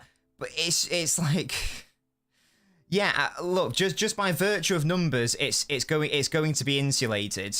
Let's just pop that in there right now. But it's just so interesting how much they've. Liam, you're not getting there, don't we? It's just interesting how much they spent, and it's also just interesting the players they've brought. You've pinged him as well. Excellent stuff. Don't worry. Okay, Slim. Let me know when you come back, Slim, and we'll do West Ham when you come back. Bad transfer window, says Orino. You'll have to convince me more about that. Yeah, Caicedo, I think, obviously, they've horrendously overpaid for him, but he is a very good player. Lavia, a very good potential in respect of player. Nkunku, sadly injured, but I think that's a good signing. We'll come back to Palmer in a second. Disasi, obviously I didn't see him at Monaco. From the brief amount of games I have seen of him, he looks okay. Jackson, again, it looks like he could come good. Sanchez looks fine as well. Colwell being promoted. Any other signings they've made? Is Bakayoko still technically a Chelsea player? Yeah, Jackson does look good. I do like the look of Jackson. I think he's going to score a lot of goals. Maybe not this season. And in terms of their sales, they've also made a lot of money. A lot of money. Kai Havertz, who just didn't work at Chelsea. Gusto as well, of course, yeah. It just didn't work at Chelsea. Probably not used correctly. A massive amount of money for him. Mason Mount, interesting. What was supposed to be the crown jewel of their academy has been sold, which is interesting. Kovacic gone to rivals City, and we've already seen him doing quite well for City. I think it was probably right to get rid of Koulibaly. That was a failed transfer. Pulisic, yeah, that's a good sale. Mendy, good sale. Loftus-Cheek, good sale. Ampadu, good sale. Getting rid of Lukaku on a loan, good. getting Hudson-Odoi out, good. Do you think it should be in double glaze and then we can pop it there instead? Even Kepa, obviously they've lost a fair few players on a free transfer. Kante, Azpilicueta, Aubameyang, another Bakayoko. Ziyech, forgot about him. Lewis Hall to Newcastle as well. Lavia preferred choice of club was Liverpool. He told all his close friends he wanted to move to Anfield, but his agent pushed for Chelsea because they offer more money. Interesting. Double glaze, yeah. People were asking me earlier about what I think of the Palmer situation. I've tweeted about this, but let me just give me some. I can't speak. Let me just give some thoughts on that now. I don't get it. I don't get the Palmer signing from a Palmer perspective and from a Chelsea perspective. Jack says he's messed up big time. IMO. I agree. From a City perspective, it makes perfect sense because he's an academy player. So 45 million quid, just from a financial fair play perspective, that's 45 million pounds on the account of pure profit. Boom. That's great. He's started single-digit Premier League games. He's not scored a Premier League goal either. So, and you've got to think about, look, when he has played, not last season, but the season before, he was really good. Last season when he played, he was basically poor, apart from like maybe the Chelsea game when we won the league. Start of the season, he's played like a couple of times. Obviously, got the big goals against Arsenal and Sevilla in the Super Cups. I can appreciate why he'd want to leave because we've just brought in Doku. That's basically an indication of your Pep does not trust you to be to have relevant minutes. Thank you for the update, Slim. Let me just catch up on the chat here. I've seen Chelsea fans on Twitter saying Palmer's going to be their creative playmaker. Yeah, we'll talk about that in a moment. If we had Kane with the assistance of Bruno, we'd have been 9 for 9 points. Probably might have even topped the Champions League group, potentially Tayab. Amrabat's announced. Mo says, I don't like the Palmer sign for either Chelsea or Palmer, but it's good for City because if they thought he was going to be the best, they would have sold. Exactly, and that's the thing. Like, no one is going to know more about Palmer and his potential and his abilities more so than Pep Guardiola. I think that Palmer can be and will be a good Premier League player, but there is simply not enough of a sample size for us to know, for anyone to know, even Guardiola, to be honest, if he is going to become an unreal player. I think what he should have done, if it's a full sale, that's a different story, but realistically, he should have gone on loan to someone like, these were the names being mooted. I think there was an RB Leipzig shout, Brighton, Newcastle, Burnley, maybe even West Ham, someone of that level where he can start consistently and get consistent minutes. Have a full season and then see where you're at and then come back to City. And if that's the case, and if you are that level, then and because Bernardo will be leaving soon anyway, then maybe you can step up and be like either the main right winger or the backup right winger, whatever. Newcastle would have been perfect. I totally agree. Even if you're going on a permanent transfer, Newcastle would have been perfect. I don't get Chelsea. No, those were the names being mooted. I think DR. I think like there were some conversations between the clubs. That's just why I listed them. So Palmer, as we understand it, has left because he wants more minutes, which I totally am sympathetic with, and I wish him all the best. I don't think Chelsea is the right play. I think Jack and Mo have echoed it. I think he has made a massive mistake there. Because the only way it makes sense, really, if you want to play him in his best position and not waste him, is if he plays on the right. He's obviously not going to dethrone Raheem Sterling, so at best he could be a backup. They've already got Madueke and other left-footed wide players. So the only way it makes sense if they're going to play him on the right is if Chelsea are convinced they're going to basically bin off Madueke or whatever. The only other way it half makes sense is if they don't see Palmer as a right-sided player, which is stupid because that is his best position. That's when he plays best football at City.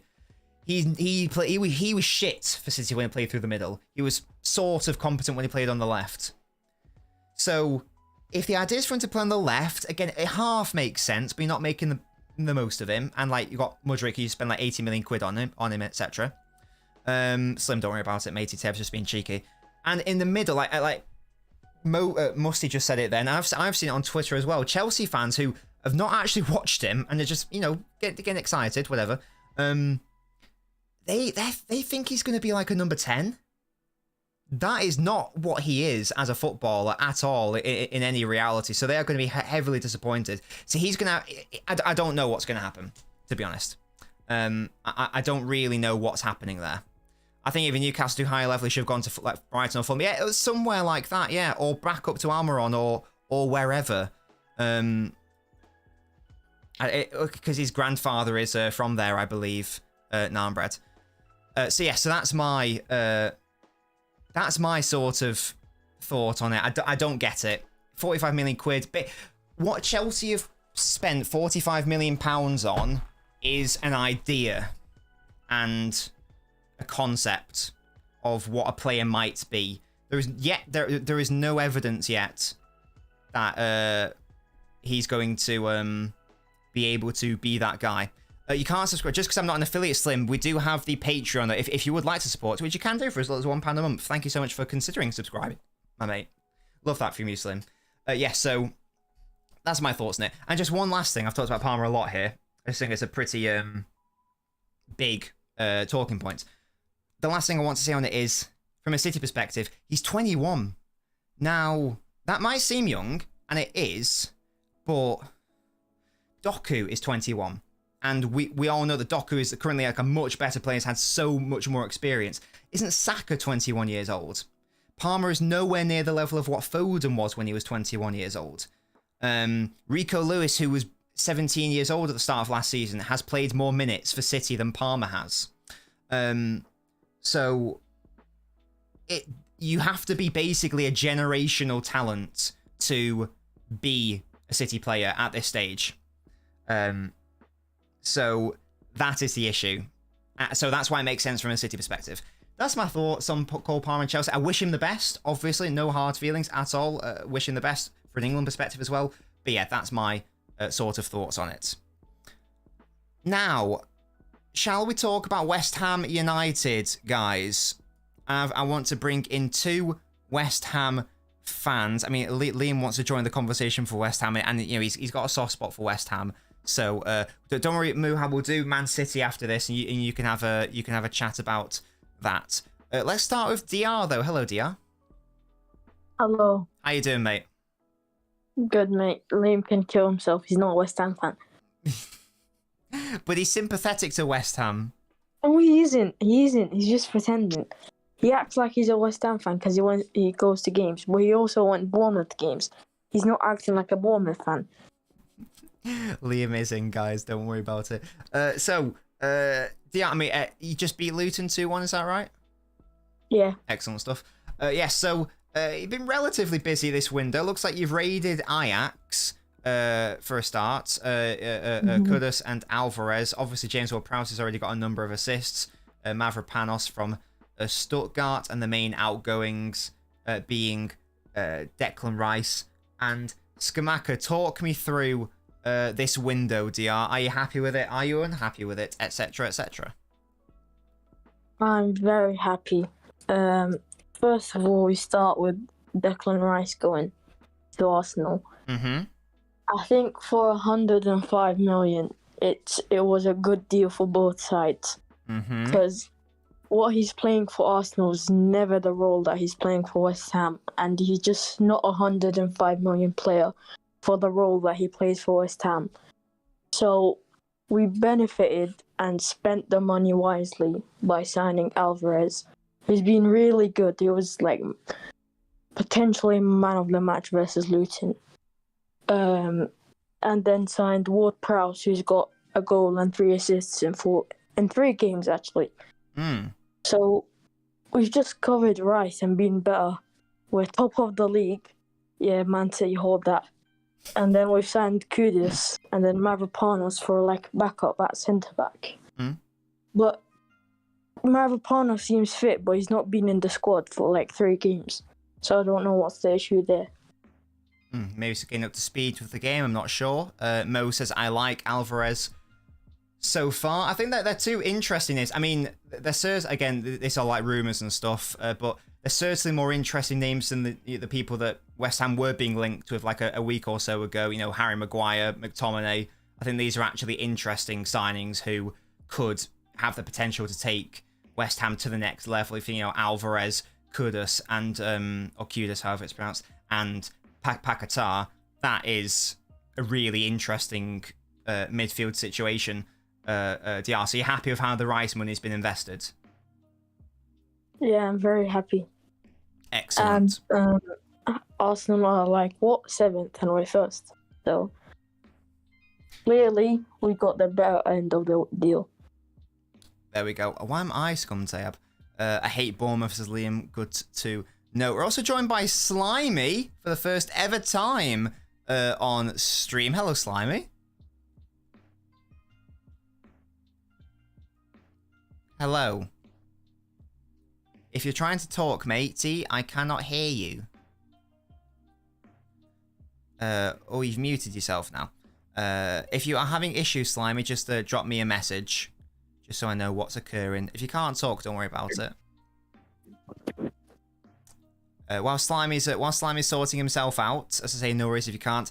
Let's go to Liam, who's a Liverpool fan but has a soft spot for West Ham. Liam, as a sort of counter to what DR's just said, what are your thoughts on the window? I think it's been a good window. Yeah. I like winding DR up in the chat, but I rate it. Declan Rice, you know, he ain't worth that. I agree. Kind of got scammed a little bit. The only one I don't rate is he's been all right, but I don't really rate Ward-Prowse, to be honest. Sure. Alright, kill yourself, mate. I like Kudus. I like Alvarez. I don't really know much about Mavropanos. I've never heard of this other guy either. So, but Kudus is a very good signing. I would have taken him at Liverpool. He actually would have been, and probably, let's say, if Salah was to have gone last week, he would have been in my top 3 to replace him.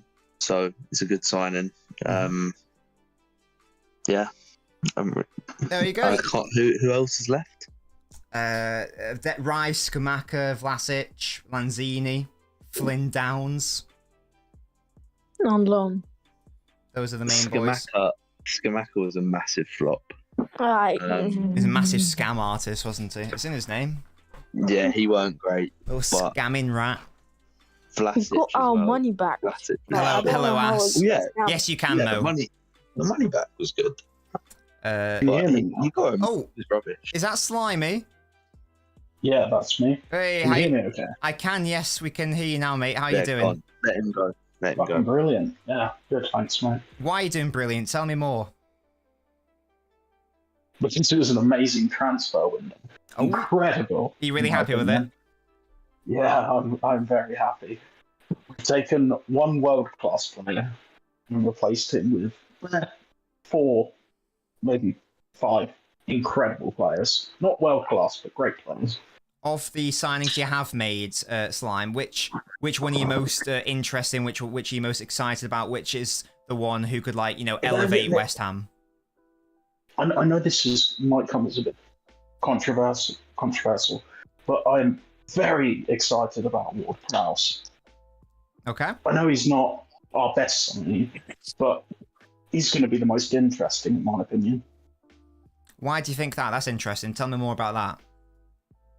It's how he's been for Southampton, an amazing free kick taker, just all-round baller, in my opinion. I think he's going to be great. Yeah. Maybe even a legend one day. No, yeah, I rate that. Yeah, you've sold Rice, but you've got 3 really interesting and decent midfield options in there. Absolutely. Yeah, exactly.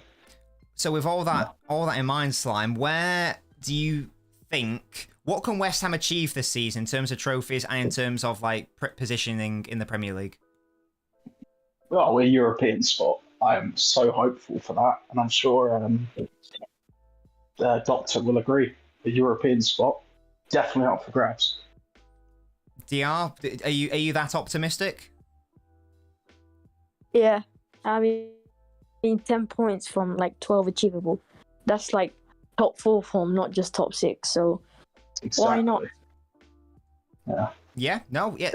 Because I'm pessimistic, so I wouldn't go as far as saying top 4, but for sure top 6, hopefully. I don't know. I rate the optimism. I think West Ham could be potentially really interesting, tricky side this season. You know, Paquetá, Kudus, Alvarez, Ward-Prowse in the midfield, and maybe would have liked to see a bit more, maybe a couple more offensive options, just to really tie things together. But yeah, I do think it has been a really good window for them, absolutely. And I guess the next question now is, how would you rate that window, guys? Let's start. I want to start with Slime. Where are you ranking West Ham in terms of their transfer window, mate? Is this in comparison to previous West Ham windows? So or this is in comparison to. It's in comparison to the rest of the league. So, for example, you know, United, Bournemouth, Everton, Brentford, Burnley, Forest, they're in the sort of mid tier. You've got Newcastle, Liverpool, Spurs, one above them. Brighton, Villa, Chelsea above them. Yeah. Do you know what?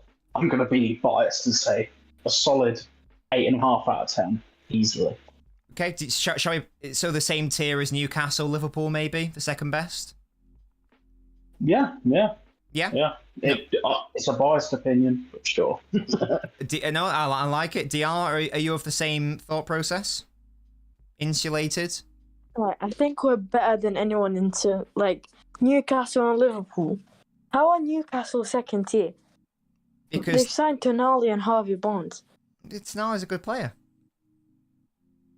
Yeah, but he's like 70 mil and Harvey Barnes was like, what, 30 mil to be on the bench. And Livramento.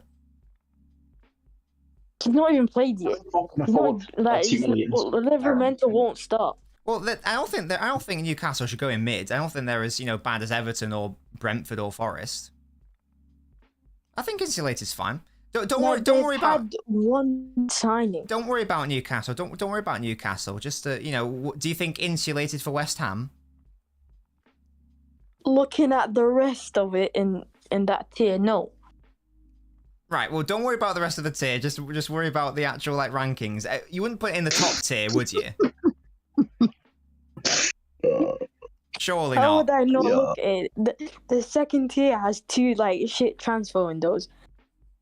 So by that we would go double glazing. Right. Liam, what are your thoughts on this? I agree. They've had a better transfer window than everyone in the second tier, but I wouldn't put them in the top. I'd put them at the top of the second tier. I was going to say, they can go ahead of Newcastle, Liverpool, Spurs. Just because they're in the same tier doesn't mean it's the same. Personally, that's exactly where I'd put us. Well, there you go. It's so the second tier. What's there to be upset about, DR? There you go. Look at that. I'm so shocked. We've had an amazing window. Don't worry about Newcastle, mate. It's fine. Don't worry about them. I'll put them away from West Ham just because it's upsetting you. I'll put them on the other end of Insulated, just to create some space there. They've not even signed the DM. Oh, sorry. I'll put Spurs next to them then. How about that? He's gonna Some Spurs, mate. They haven't replaced the striker. There we go. Thank you so much, guys, for joining me. Slime, lovely to speak to you in person, mate. Pleasure. I'll see you guys later in the stream. Goodbye, guys. Thank Background chicken, mate. Background chicken, is that what he said? Oh no, yeah, of course you can, Tom. Of course you can. Right, so with that, we've just got 2 clubs left to go to chat about this stream. I want to end on City just because that's my club. Conor Gallagher staying at Chelsea, same for Maxim Kukurea and Chalobah. He was never close to leaving today. Spurs were never really close to selling Højbjerg. Interesting. Blackburn. Okay, Kante, we can very briefly chat about Blackburn. We are approaching anniversary, so as long as it's not too intense, that's okay. Hello, Kante. Morning. What are the updates, RE Blackburn, and where are you finishing in the championship? Are you gonna get playoffs? I think we could get playoffs if we play good enough. Obviously, we've made good money considering we've had no money. So I think with the sales we've made and the money we've spent, we've got like 3.9 million, which is good. But we've not had the best outgoing business, if you know what I mean. Like we've let Ash Phillip go to Spurs for 2.1 million, when we were wanting 10 million for him because he's that good. He's like one for the future. Like he's going to be one of the best centre backs in the future, I'd say. But we've spent really well. We've got like some free transfers, so like Tronstad and Ennis, both on frees, who have looked really good so far. And then we've also got some loan signings like Andrew Moran from Brighton, who's too good for us, I'd say. He's like a star boy for Brighton. And Sigurdsson, not that Sigurdsson, but who's come on loan from, I think he was at CSK Moscow like last season, but I forgot what club he came from. But only spending 1.3 million in the whole entire transfer window is really good, because we've signed a striker for once on a 3-year deal today. Cool. I don't even know how to pronounce his name. Telalovic from Gladbach, however you say it. Around 300k, and then Leopardo Volstead, who's a goalkeeper from. Let me just check what club he's from. It was a team in Sweden. Where are you finishing then, Kante, in the championship table? Either 7th or 6th. 7th or 6th. Is that enough for playoffs? Is 6th playoffs? 6th is enough for playoffs. Yeah. Cool. Well, for your sake, I hope that is the case. You have an annoying accent, Slime. Don't you worry about it. It was lovely to speak to you in person. Musty with I think this is a Ornstein thing. Holdings joined Palace from Arsenal, a permanent deal. That makes sense. You know, holding Arsenal back. Ha ha ha. Do you get it? It's a pun. Greenwood close to moving from United to Getafe on loan. What is wrong with the Spanish league and their morals? They clearly don't have any. That's interesting. There we go. Well, for your sake, Kante, I hope that. Can I say like 2 extra more things? Sure. We've let go of Dak and Diaz, 2 of our best players on frees, which is not good business at all. Like, we should have sold both of them in probably January last season if we wanted to do better for this season and actually spend some money, because India have made like a tax rule, so our owners can only are taxed 20% of the money they put in to spend on the club, which means we're basically left with no money. And there's another way of us getting money if the loan requirements are met with David Raya's loan move to Arsenal. If that becomes like you have to buy him, we have a 12.5 sell-on clause. So 12.5% sell-on clause for David Raya. Cool. I didn't know that. That's really cool. Thank you for that, Kante, on that Blackburn insight. We've also got another Championship fan and City fan here. Hello, Jack. Hello, mate. I'm guessing that you want to talk about Southampton. Yeah. Tell me more. I'm very happy you denied me of that earlier and then let a Blackburn fan in. No, I'm doing it now. Jack, talk to me about Southampton. So, obviously, we've let go of a lot of players. We've made over 150 million quid from it. Yeah. from the likes of Lavia, Livramento, Ward-Prowse, Pella. We've only actually spent like 12 million, which I thought was a bit more than that, to be honest. But we've made a couple free transfers and brought players in on loan. Yeah. I think overall I'm very happy with it because the players that we did lose weren't going to stay. No, the likes of Lavia. Yeah, and we've brought in players that are either very good for the championship or like maybe lower mid-table Prem quality. And then Joe Lumley for whatever reason. Just for vibes, maybe. Not even that. I think we felt bad for him. No, Kante, you were brilliant. Thank you so much for that. Jack, Southampton are going to come straight back up, right? I hope so. But it is not a case of like the squad is too good to fail, basically. It should be that way, but we still can't defend set pieces to save our lives. Sure. So we're always loaning out Bella up the right play in that case. I think I'm happy for him that he's gone. I would have loved to keep him because of how good he is. But I think ultimately he didn't want to play in the championship, which is fair. And especially when you look at the teams that were sniffing around him, like Bayern Munich and Dortmund, before their window shut, you can't really blame him. Why is it only a loan? Does that suggest that if Southampton come back up straight to the Premier League, he'll be fine staying? I'm not actually too sure. I know that there isn't a buy option on the loan, but I don't know. I think he'll leave next season anyway. Just because I think he wants to go back to Germany. That is fair enough. Jack, will you stay with us for the Man City segment? Yeah, just to make it easier, I'll just sit here on mute while you do Mo and Arsenal. Well, I was to be fair, I was going to do City and Arsenal at the same time, just because it's two teams in the title picture, so it makes sense to talk about them at the same time. Oh, I dragged Muhar in, but then he left. There we go.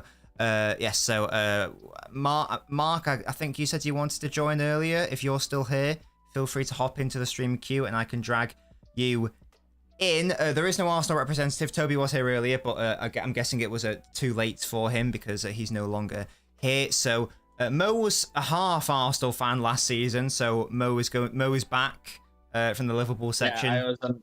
I hopped on the Arsenal. What do you call it? Train. Yeah, I was a part-time Arsenal fan last season. Yes, he was. So he'll be repping Arsenal. Jack is going to stay on the line because he's both a Manchester City and Southampton fan. And Muhar, I'm also joined by, who is also a Manchester City fan. Mark says, I'm in public, maybe in general. Oh, yeah, Mark, no, you don't have to come on at all. There is no... Excuse me, there is no pressure. Now, the reason why I've saved these two for last is because, in theory, this is what the title race is going to be. These are the two teams the title race are going to be between. The Ars and the City. So... I just want to ask an Arsenal-related question. First of all, hello, Dr. Who Fangirl. How are you doing? I had a look, Tom, don't you? Where it's a very good picture. So for me, the question was always going to be, so it's not just a case of have Arsenal improved. It's a case of have Arsenal improved to the point that they are now able to eclipse City. Mo, my thoughts are that they haven't done that. I agree, yeah. They haven't. I think maybe they obviously won't go on the same run that they did last season. They were incredible in the first half of last season. But they signed some players that maybe won't raise their ceiling too much, but are enough versatile and enough options that they can be a bit better in the future. And obviously they're all still young. Yeah. Like signing Timber, he could play left back, he could play the center back, and he can also shift in the 3 back when they have possession, good ball playing. He's still young, he's still versatile, maybe not the best in the league, best in the world, all that, but he can elevate them a bit. Yeah, it's just a shame that he's gonna miss. Was it half the season? Yeah, with that injury. Yes, they've also signed Bryce, definitely hefty price tag, and he's also not better than Partey currently. But in the future, he might well eclipse him. So maybe they are building a project definitely, but I don't think it won't thrive. The foot won't thrive for the next season or 2 or 3 maybe. Maybe we have to wait a bit more until they win the league. Yeah, it's and there you go. The window is officially shut. Big Ben is popping off. There will be no more new signings, but I think it's something like signings that have been submitted can still, as long as they are completed in the next hour or 2. But there we go. The transfer window is shut, and yeah, I agree with Mo. To be honest, let's just remind ourselves of these signings. Brought in Declan Rice, good signing. Brought in Kai Havertz. I don't really get that from an Arsenal perspective. Neither. Yeah, because I mean, let's just briefly touch on Havertz. Arteta seems to want to use him as a midfielder, but like a central midfielder, but that doesn't really seem to be making the best of his abilities. He's trying to get him in this left center midfielder role, which I don't really get for Havertz, because who they had last season was Xhaka, a really good. Well, at least last season he was really good at playmaking from deep, and he could also cover the space there. Havertz clearly isn't intelligent enough to cover the space there. Neither can he playmake from deep. So what's the point? I don't know. Yeah, it's an odd one. Yeah, Samuel Lokonga has joined Luton on a loan, I think. City've not signed Neymar on loan, less of that. And Getafe have actually signed Mason Greenwood on loan. What a scumbag club they are. Good Lord. Lots of controversy going on in the Spanish Football Association right now. Yes, Timber. The Timber one is really unfortunate because the little I saw of him against City, for example, I thought he was really good. I was like, well, that's an upgrade on Zinchenko if they're playing him there. Then he got himself injured. Yeah, it's a shame. I really liked him from the 3 games that I saw of him. Mm-hmm. He could also, I liked his versatility as well, and he's left-footed, which is important.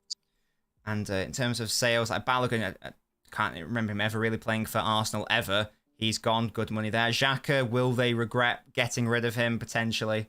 And Tierney, even though Timber's out for half the season, they still felt it was appropriate to loan out Kieran Tierney. It's not halves, less of that. Zinchenko twats him in training. What a man. Ryan says Nunes, what a terrible signing. Not sure about that one. Ed, totally agree, my mate. So yeah, Mo, as the Arsenal rep, where do you think this Arsenal window should be ranked? I'd say insulated, the second one. Yeah, I think they've had a better window than us, Liverpool. Yeah. Have they had a better window than West Ham? No. Okay. That's absolutely fine. There we go. Well, I still think they'll finish overall in the league second, but I don't think there will be a tight race, well, quote unquote, like last season. City will win the league by 15 points at least. But they will still finish second because they are better than Liverpool, Chelsea, Spurs, whatever, all of those teams. They are still better. And maybe in the next 2, 3, 4 years, we can see them challenging maybe Champions League, maybe League, but not this season, I don't think. Yeah, I agree with that, to be honest. Hope you know what's next after a 10-minute mute. Teb, what's happening? I don't understand. Coventry have signed the 4th player from Barnsley this window for a rumoured 5 million. Coventry are popping off. And yeah, just on Arsenal, just to echo what I thought before, I agree with Mo. I think they'll get second, but I don't really see them. I think City are getting 90-odd points. I don't think Arsenal are going to be doing that this season, to be honest. I think they are a few more players away from that. But that remains to be seen. Mo, stay on the line because we're going to be talking about Man City. So yeah, I want to talk about City as well. Yeah, good stuff. But he's been waiting incredibly patiently since 9 o'clock to talk about Manchester City. It's Manchester City fan Muha, aka the Roblox guy. How you doing, Muha?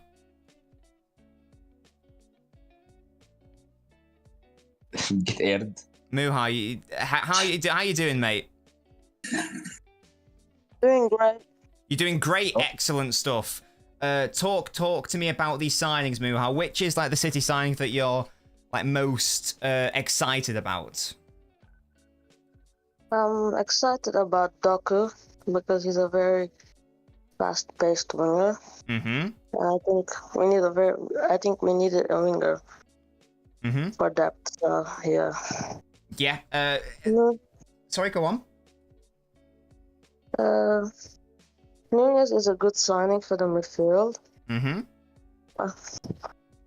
And I think Kovacic is a good backup as well.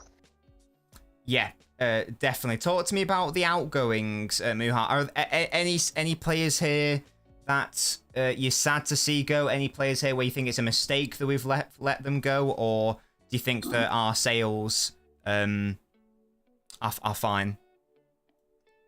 I think we should have given Gundogan a new contract because he was still in his prime. I totally agree with that. This whole thing of, City are after Declan Rice, City are after Bellingham, City are after Paquetá. All of that could have been avoided. All of that could have been avoided if we just gave Gundogan a contract extension. To be honest, and then we could have just had Kovacic as additional cover, and maybe in a following window you get someone like Wirtz from Leverkusen or something. I don't know. Can we still bring him back as Musty? I don't. I think that's it done.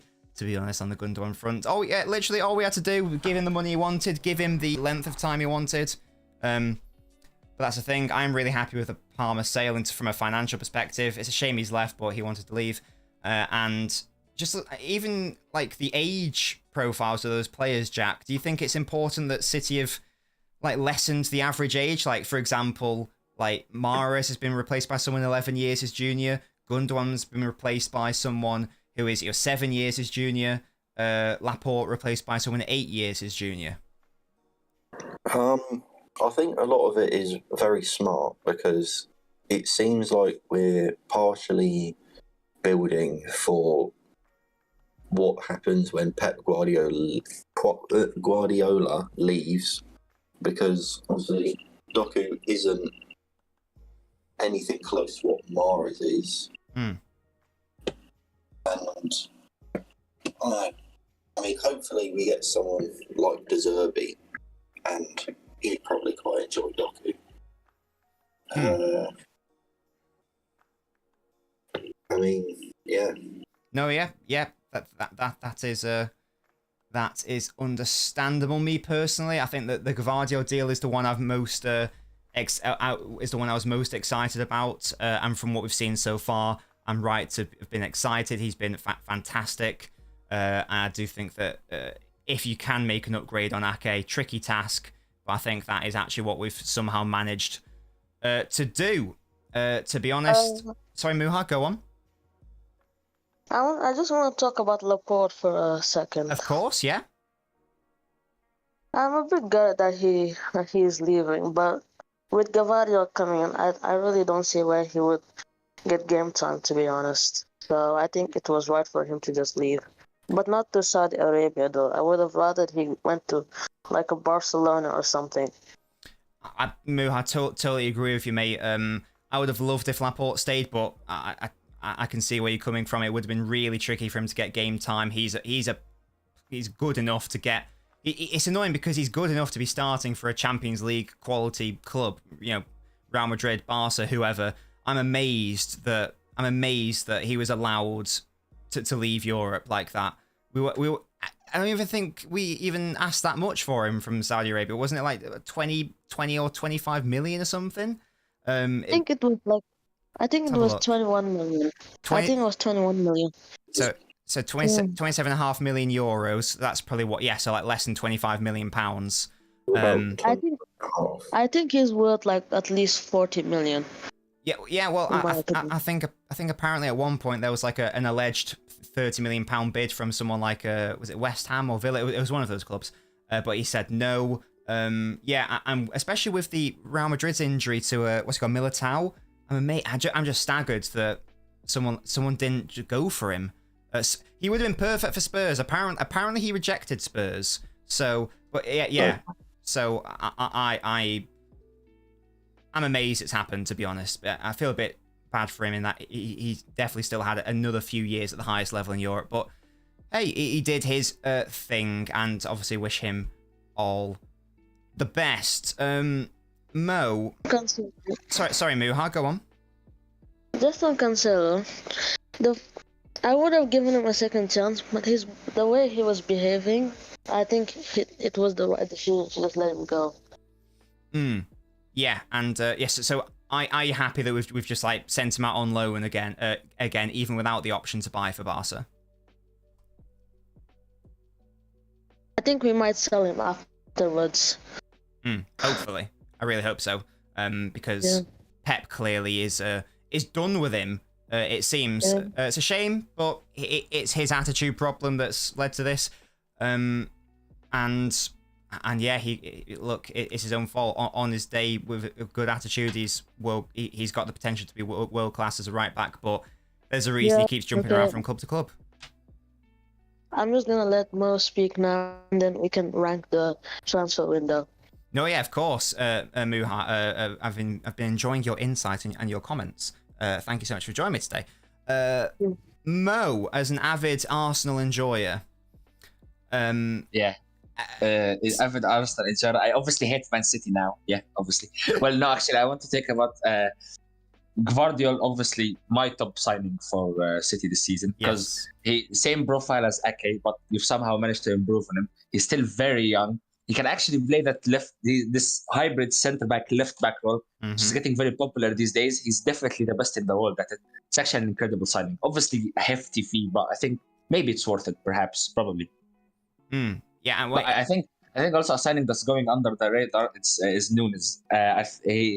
Clearly, Pep is trying to sign a replacement for Gundogan. They tried for Paqueta, they tried for Rice, they couldn't get them. Because all of them, they have the same role. They want to try to take the ball from as deep down as possible and cover the most distance with it up front until you get to the penalty box. Gundogan was very good at this. Someone who was actually also very good at this, surprisingly, was Laporte. He also left. So to get someone who can actually cover that large distance, whether that's by long passing or actually dribbling, is known as one of the best players I've actually seen at that turn and then moving very quickly with the ball forward. Very good signing for me. Yeah, definitely. I need to get my analysing Nunes to City video done. I'll be working on that this weekend. Stay tuned on the YouTube for that one. That should hopefully be with you guys next week once I finalise it. Yeah, I agree with everything Mo's just said. And just on Nunes, obviously he's... Yeah, we tried to get Bellingham, we tried to get Rice, we tried to get Paquetá. None of them really happened. Nunes isn't the exact same as Gundogan because he can do the sort of bit in the defensive third of the pitch when he's got the ball. He can do the bit in the middle bit of the pitch with the ball, but he's not got that Gundogan goal-scoring threat. That's certainly not what we've seen at Wolves anyway. He's not got that Gundogan goal-scoring threat, that creativity. Although, that being said, Gundogan didn't have that when he first joined City. And I think he joined at a similar-ish age. In fact, it may have been exactly 25 years old. And Pep coached that into him over the course of a couple of seasons. So there's no reason why, the way I see it, Pep's going to do the exact same thing, try to transform Nunes into that all-action, all areas of the pitch sort of player. Do you think that's basically why they've signed him, Mo, to try to be that long-term Gundogan player? Well, I think that's the idea behind it. But Gundogan was definitely more of a generalist. He could do it all. He could do it at the back. He could do it at the front. Nunes is not really that guy in the final third. And maybe they don't need to. Maybe with Haaland, with Foden dropping into midfield, with Alvarez, maybe with Doku, a more more direct winger than Mahrez, more direct than Grealish. Maybe they don't need to transform him. But I think he could be able to coach it into him. But as far as now, he's definitely not the exact Gundogan replacement, but the idea is there. He can do it. He can do it at the back. He can do it in the middle. He can transform the ball up the pitch, but he can't really clutch it up like Gundogan did it last season and before. Yeah, totally agree. Hopefully, he can become that player. Haas, I do want to do those games in the future. Nunes, Doku, and Haaland on the counter, and Musa says, is Doku going to start tomorrow? I will say that he will. We're up against Fulham tomorrow. They should be... They should be... need Alvarez to start tomorrow for the FPL. No, I'm not interested in that. Less of that. I want your FPL to be in the mud. Julian, love you, mate. Hope you're doing well. Sorry, Muha, go on. I'm interested to see whether Nunez will start tomorrow, you know? I don't think he will. I'd be very surprised. Maybe on the bench. Yeah, I'd like to see him get some minutes if possible, but I mean, how much genuine training time? When was the official announcement? Wasn't it just today? Yeah. Yeah, so I mean, no training basically with the team. So I'd be very surprised if he started. But who knows? Maybe on the bench, maybe we'll see a glimpse of him. You know, if we're doing well. But there's no rush, that's for sure. There is no rush there. I also hope that Doku can join. Wait, so, what was that, Mo? Yeah, I just something just came up into my head. You know, we were talking about like how clutch Gundogan was last couple of seasons. Well, maybe. Well, I've seen this tweet about that Nunes is apparently going to play deeper than normal at City. See, maybe you don't actually need to transform Nunes into the clutch kind of sentiment that Gundogan was. Maybe Rodri is that guy because he has scored a lot of clutch goals. So maybe instead you can transform Rodri more up the pitch so you can actually cover more ground in transitions and stuff. And he can actually get the clutch goals that you need, like the Champions League final, the goal against Sheffield last time. Maybe he is that guy. Well, that's an interesting. That's an interesting point because there was like a quote by Rodri, and he said something along the lines of, "It's really different playing alongside Kovacic rather than Gundogan. Kovacic is more defense oriented than Gundogan, so me playing alongside Kovacic has allowed me to play more as an 8 when we have the ball and actually go further up the pitch." So you might be onto something there because, you know, as I say, Kovacic is less offensively inclined compared to Gundogan, so maybe that will in itself release Rodri. Who and I think Nunes is even more defensive than that. I think Rodri can be that 8 box to box, whatever kind of midfield that does get the clutch goals, but is also a monster defensively. I think he can be that guy. Liam says, "Why can Mo be so objective and positive with other clubs, but negative weirdo with Liverpool?" Oh god. Right. I want us to rank this now. Muha, where are you thinking for this ranking for City's transfer window? I would say either double. I would say double glazed. You think double glazed? Okay, that's the top tier. Jack, what do you think, mate? I was edging more towards the lower end of insulated. Oh, lower end of insulated. Just because of the departures. I back that. I also back that. To be fair. Now, I think that it's you can't lose your captain on a free and not adequately replace him and have a double glazing transfer window. I think I think it's insulated. I wouldn't say. I'd maybe put it like a middle ground of insulated because you've lost one of your best wingers and replaced him a winger that's exciting but not clearly at the level. Exactly. You've also lost a good centre back and your captain on a free and not adequately replaced him yet with someone who is the same profile. So I would say insulated. Yeah. I agree. I'm just going to put it slightly below Arsenal. I think that's fair. I think Arsenal maybe have a better one. Yeah, Arsenal. Yeah. So in terms of personnel, although you know, I will also, to be fair, give us credit because we have extended Bernardo's contract. We are going to extend Kyle Walker's contract. We have made an unreal amount in respect of academy sales. But for me, it is the Gundogan loss on a free, and not directly replacing him with someone like Rice or Bellingham, which is the main issue for that. Mark, they also bought another 3 teams, so Chelsea are indeed in the top tier. But yeah, I think insulated is fine. I mean, the left to right is you can largely give or take that. It's mainly the up and down which is the actual thing that matters. We haven't properly been doing it in order. I think insulated in general is fine. Yeah, exactly. Don't really care about the rankings of them, but insulated is fine. Exactly. I just want to finally just go around. I'm assuming it's going to be the same answer from everyone, but Muha's gone. I was going to ask him, are City going to win the league? Mo, are City winning the league? Yes. Jack, are City winning the league? I think we are, mate. Mo, are City winning the Champions League? Yes. Oh, wow. Jack, same question. I think we are, mate. Wow. But could it be? I'm gonna go an extra step and say City will win the treble again. Oh my god! Trebles. I'm not going to go that far. A double treble.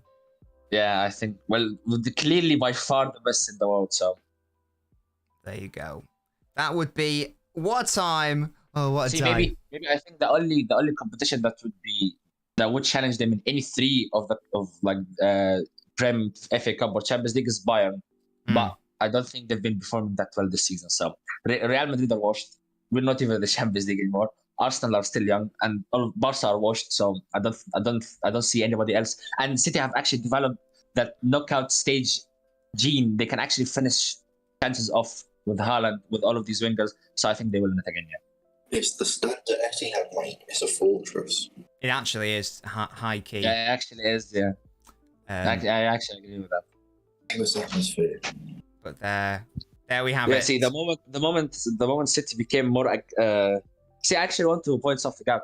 Do you remember back in like Centurions Day? The Centurions are obviously a better team, but don't you recognize that Centurions are actually a lot shorter of a team than City now?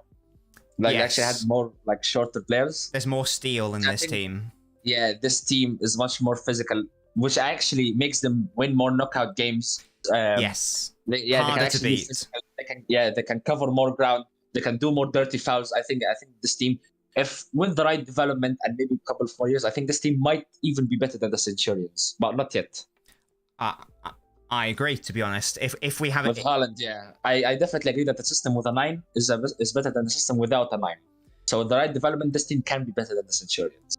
Yes, I agree. I think that if we're able to have a full season, like that final third of last season, then I'll be comfortable saying this team is better than the Centurions. But obviously that has to happen yet. That has to happen for that first. Mo, Jack, everyone, thank you so much for joining me. I'll speak to you guys later. Problem, there we go. Hello, Next. Oh, yeah, we actually are, mate. Make sure you join me for that watch along against Red Star next. Moji says, I think we'll 4-peat, but not the Champions League, probably. Fine. The issue with the Champions League is it's so hard to predict because, first of all, it depends on the look of the draw. You might face dusty opposition all the way up to the final and might only have one challenging game, or you might get a really tricky quarter-final and get knocked out. So, and also the best team doesn't always win the Champions League, so it's a tricky one to predict. It's much trickier to predict than the Premier League, let's say. I've already looked at them, Tom. Sorry, Musty, what did you say? It was Moha, it was lovely talking to you, mate. And Moha, now that you've spoken on stream, when it comes to quizzes, would you like to actually speak? Because you were very eloquent, and your thoughts were very well put together, and I think that you would do a great job actually speaking live on the quizzes. Because I think that, I don't know if it was a confidence issue, but I thought you were fantastic, mate. So it's lovely to speak to you in person. That's not the worst Red Star news in the last 2 days. Is next brilliant. I'm being put out of my job. Jack, you're going to have to try to get in top 3, mate, for that to happen. Yeah, you should definitely do it. Only if you feel comfortable, but I think you were fantastic today, mate. So yeah, loved chatting to you. Loved chatting to all of you. Mustard says, if we win back-to-back trebles, I'd kill myself because there wouldn't be anything to live for anymore. Oh, next, he's gone to Getafe, or however you pronounce it, so you don't have to worry about that. But yeah, guys, that is deadline day dusted and done. No. I think our tier list is about right. The middle, you can give or take that, but I think in general it's fine. Of course you did, Muhai. You made me very proud, mate. I was very impressed, considering that you weren't really confident before. Hello, DR. Yeah, next that is confirmed and official. Confirmed official. Just gonna refresh Romano's Twitter just see if anything's gone over the line and stuff like the last 5-10 minutes or so. Sinestra is a Bournemouth player. Cool. Origi and Sangara to Forest both expected to be completed on time. Burnley have confirmed signing of Genk attacker Mike Tressa, package worth 18 million. And there we go. Greenwood confirmed.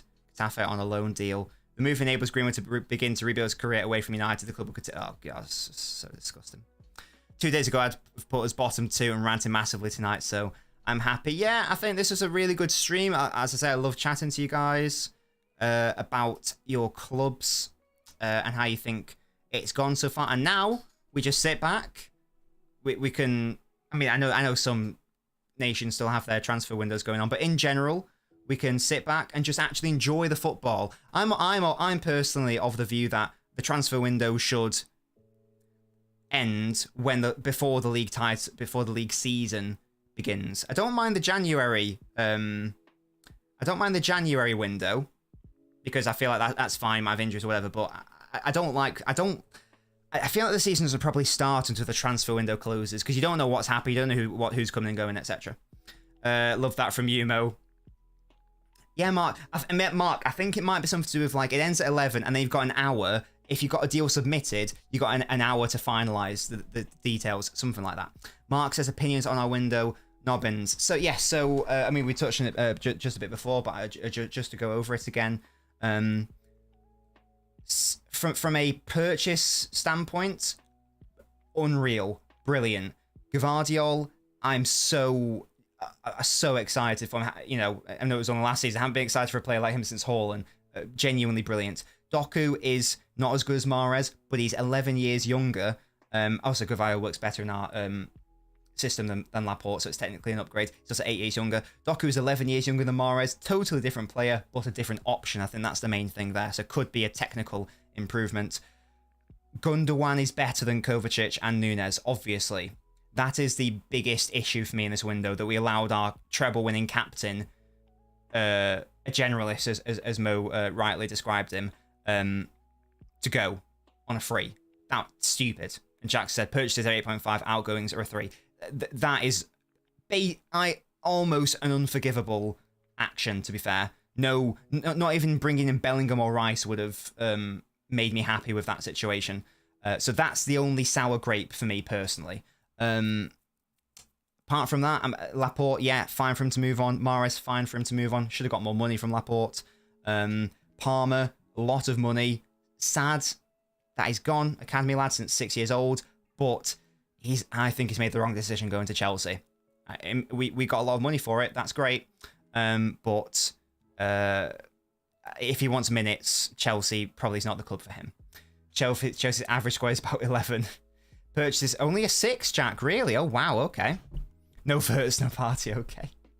At least he went to a Finnish club, so we won't have to worry about him. True, Mark. You are absolutely correct, and that is true.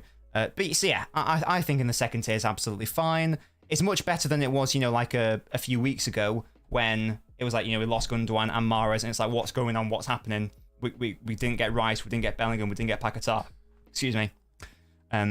I'm sort of happy we didn't get Paquetá. I mean, everyone knows my thoughts on when we got him. I wasn't particularly happy because I wanted to commit to Foden in more attacking midfield. That's why I'm probably sort of a bit happier that we got Nunes, because he's not, as Mo and I discussed, he's not quite got it in the offensive phase. So I agree, Muha, yeah, it's definitely insulated. So all in all, really happy with the incomings, just not happy with Gundogan leaving, that's all. I'm not happy with Mahrez and Laporte leaving, but I can understand why they had to go.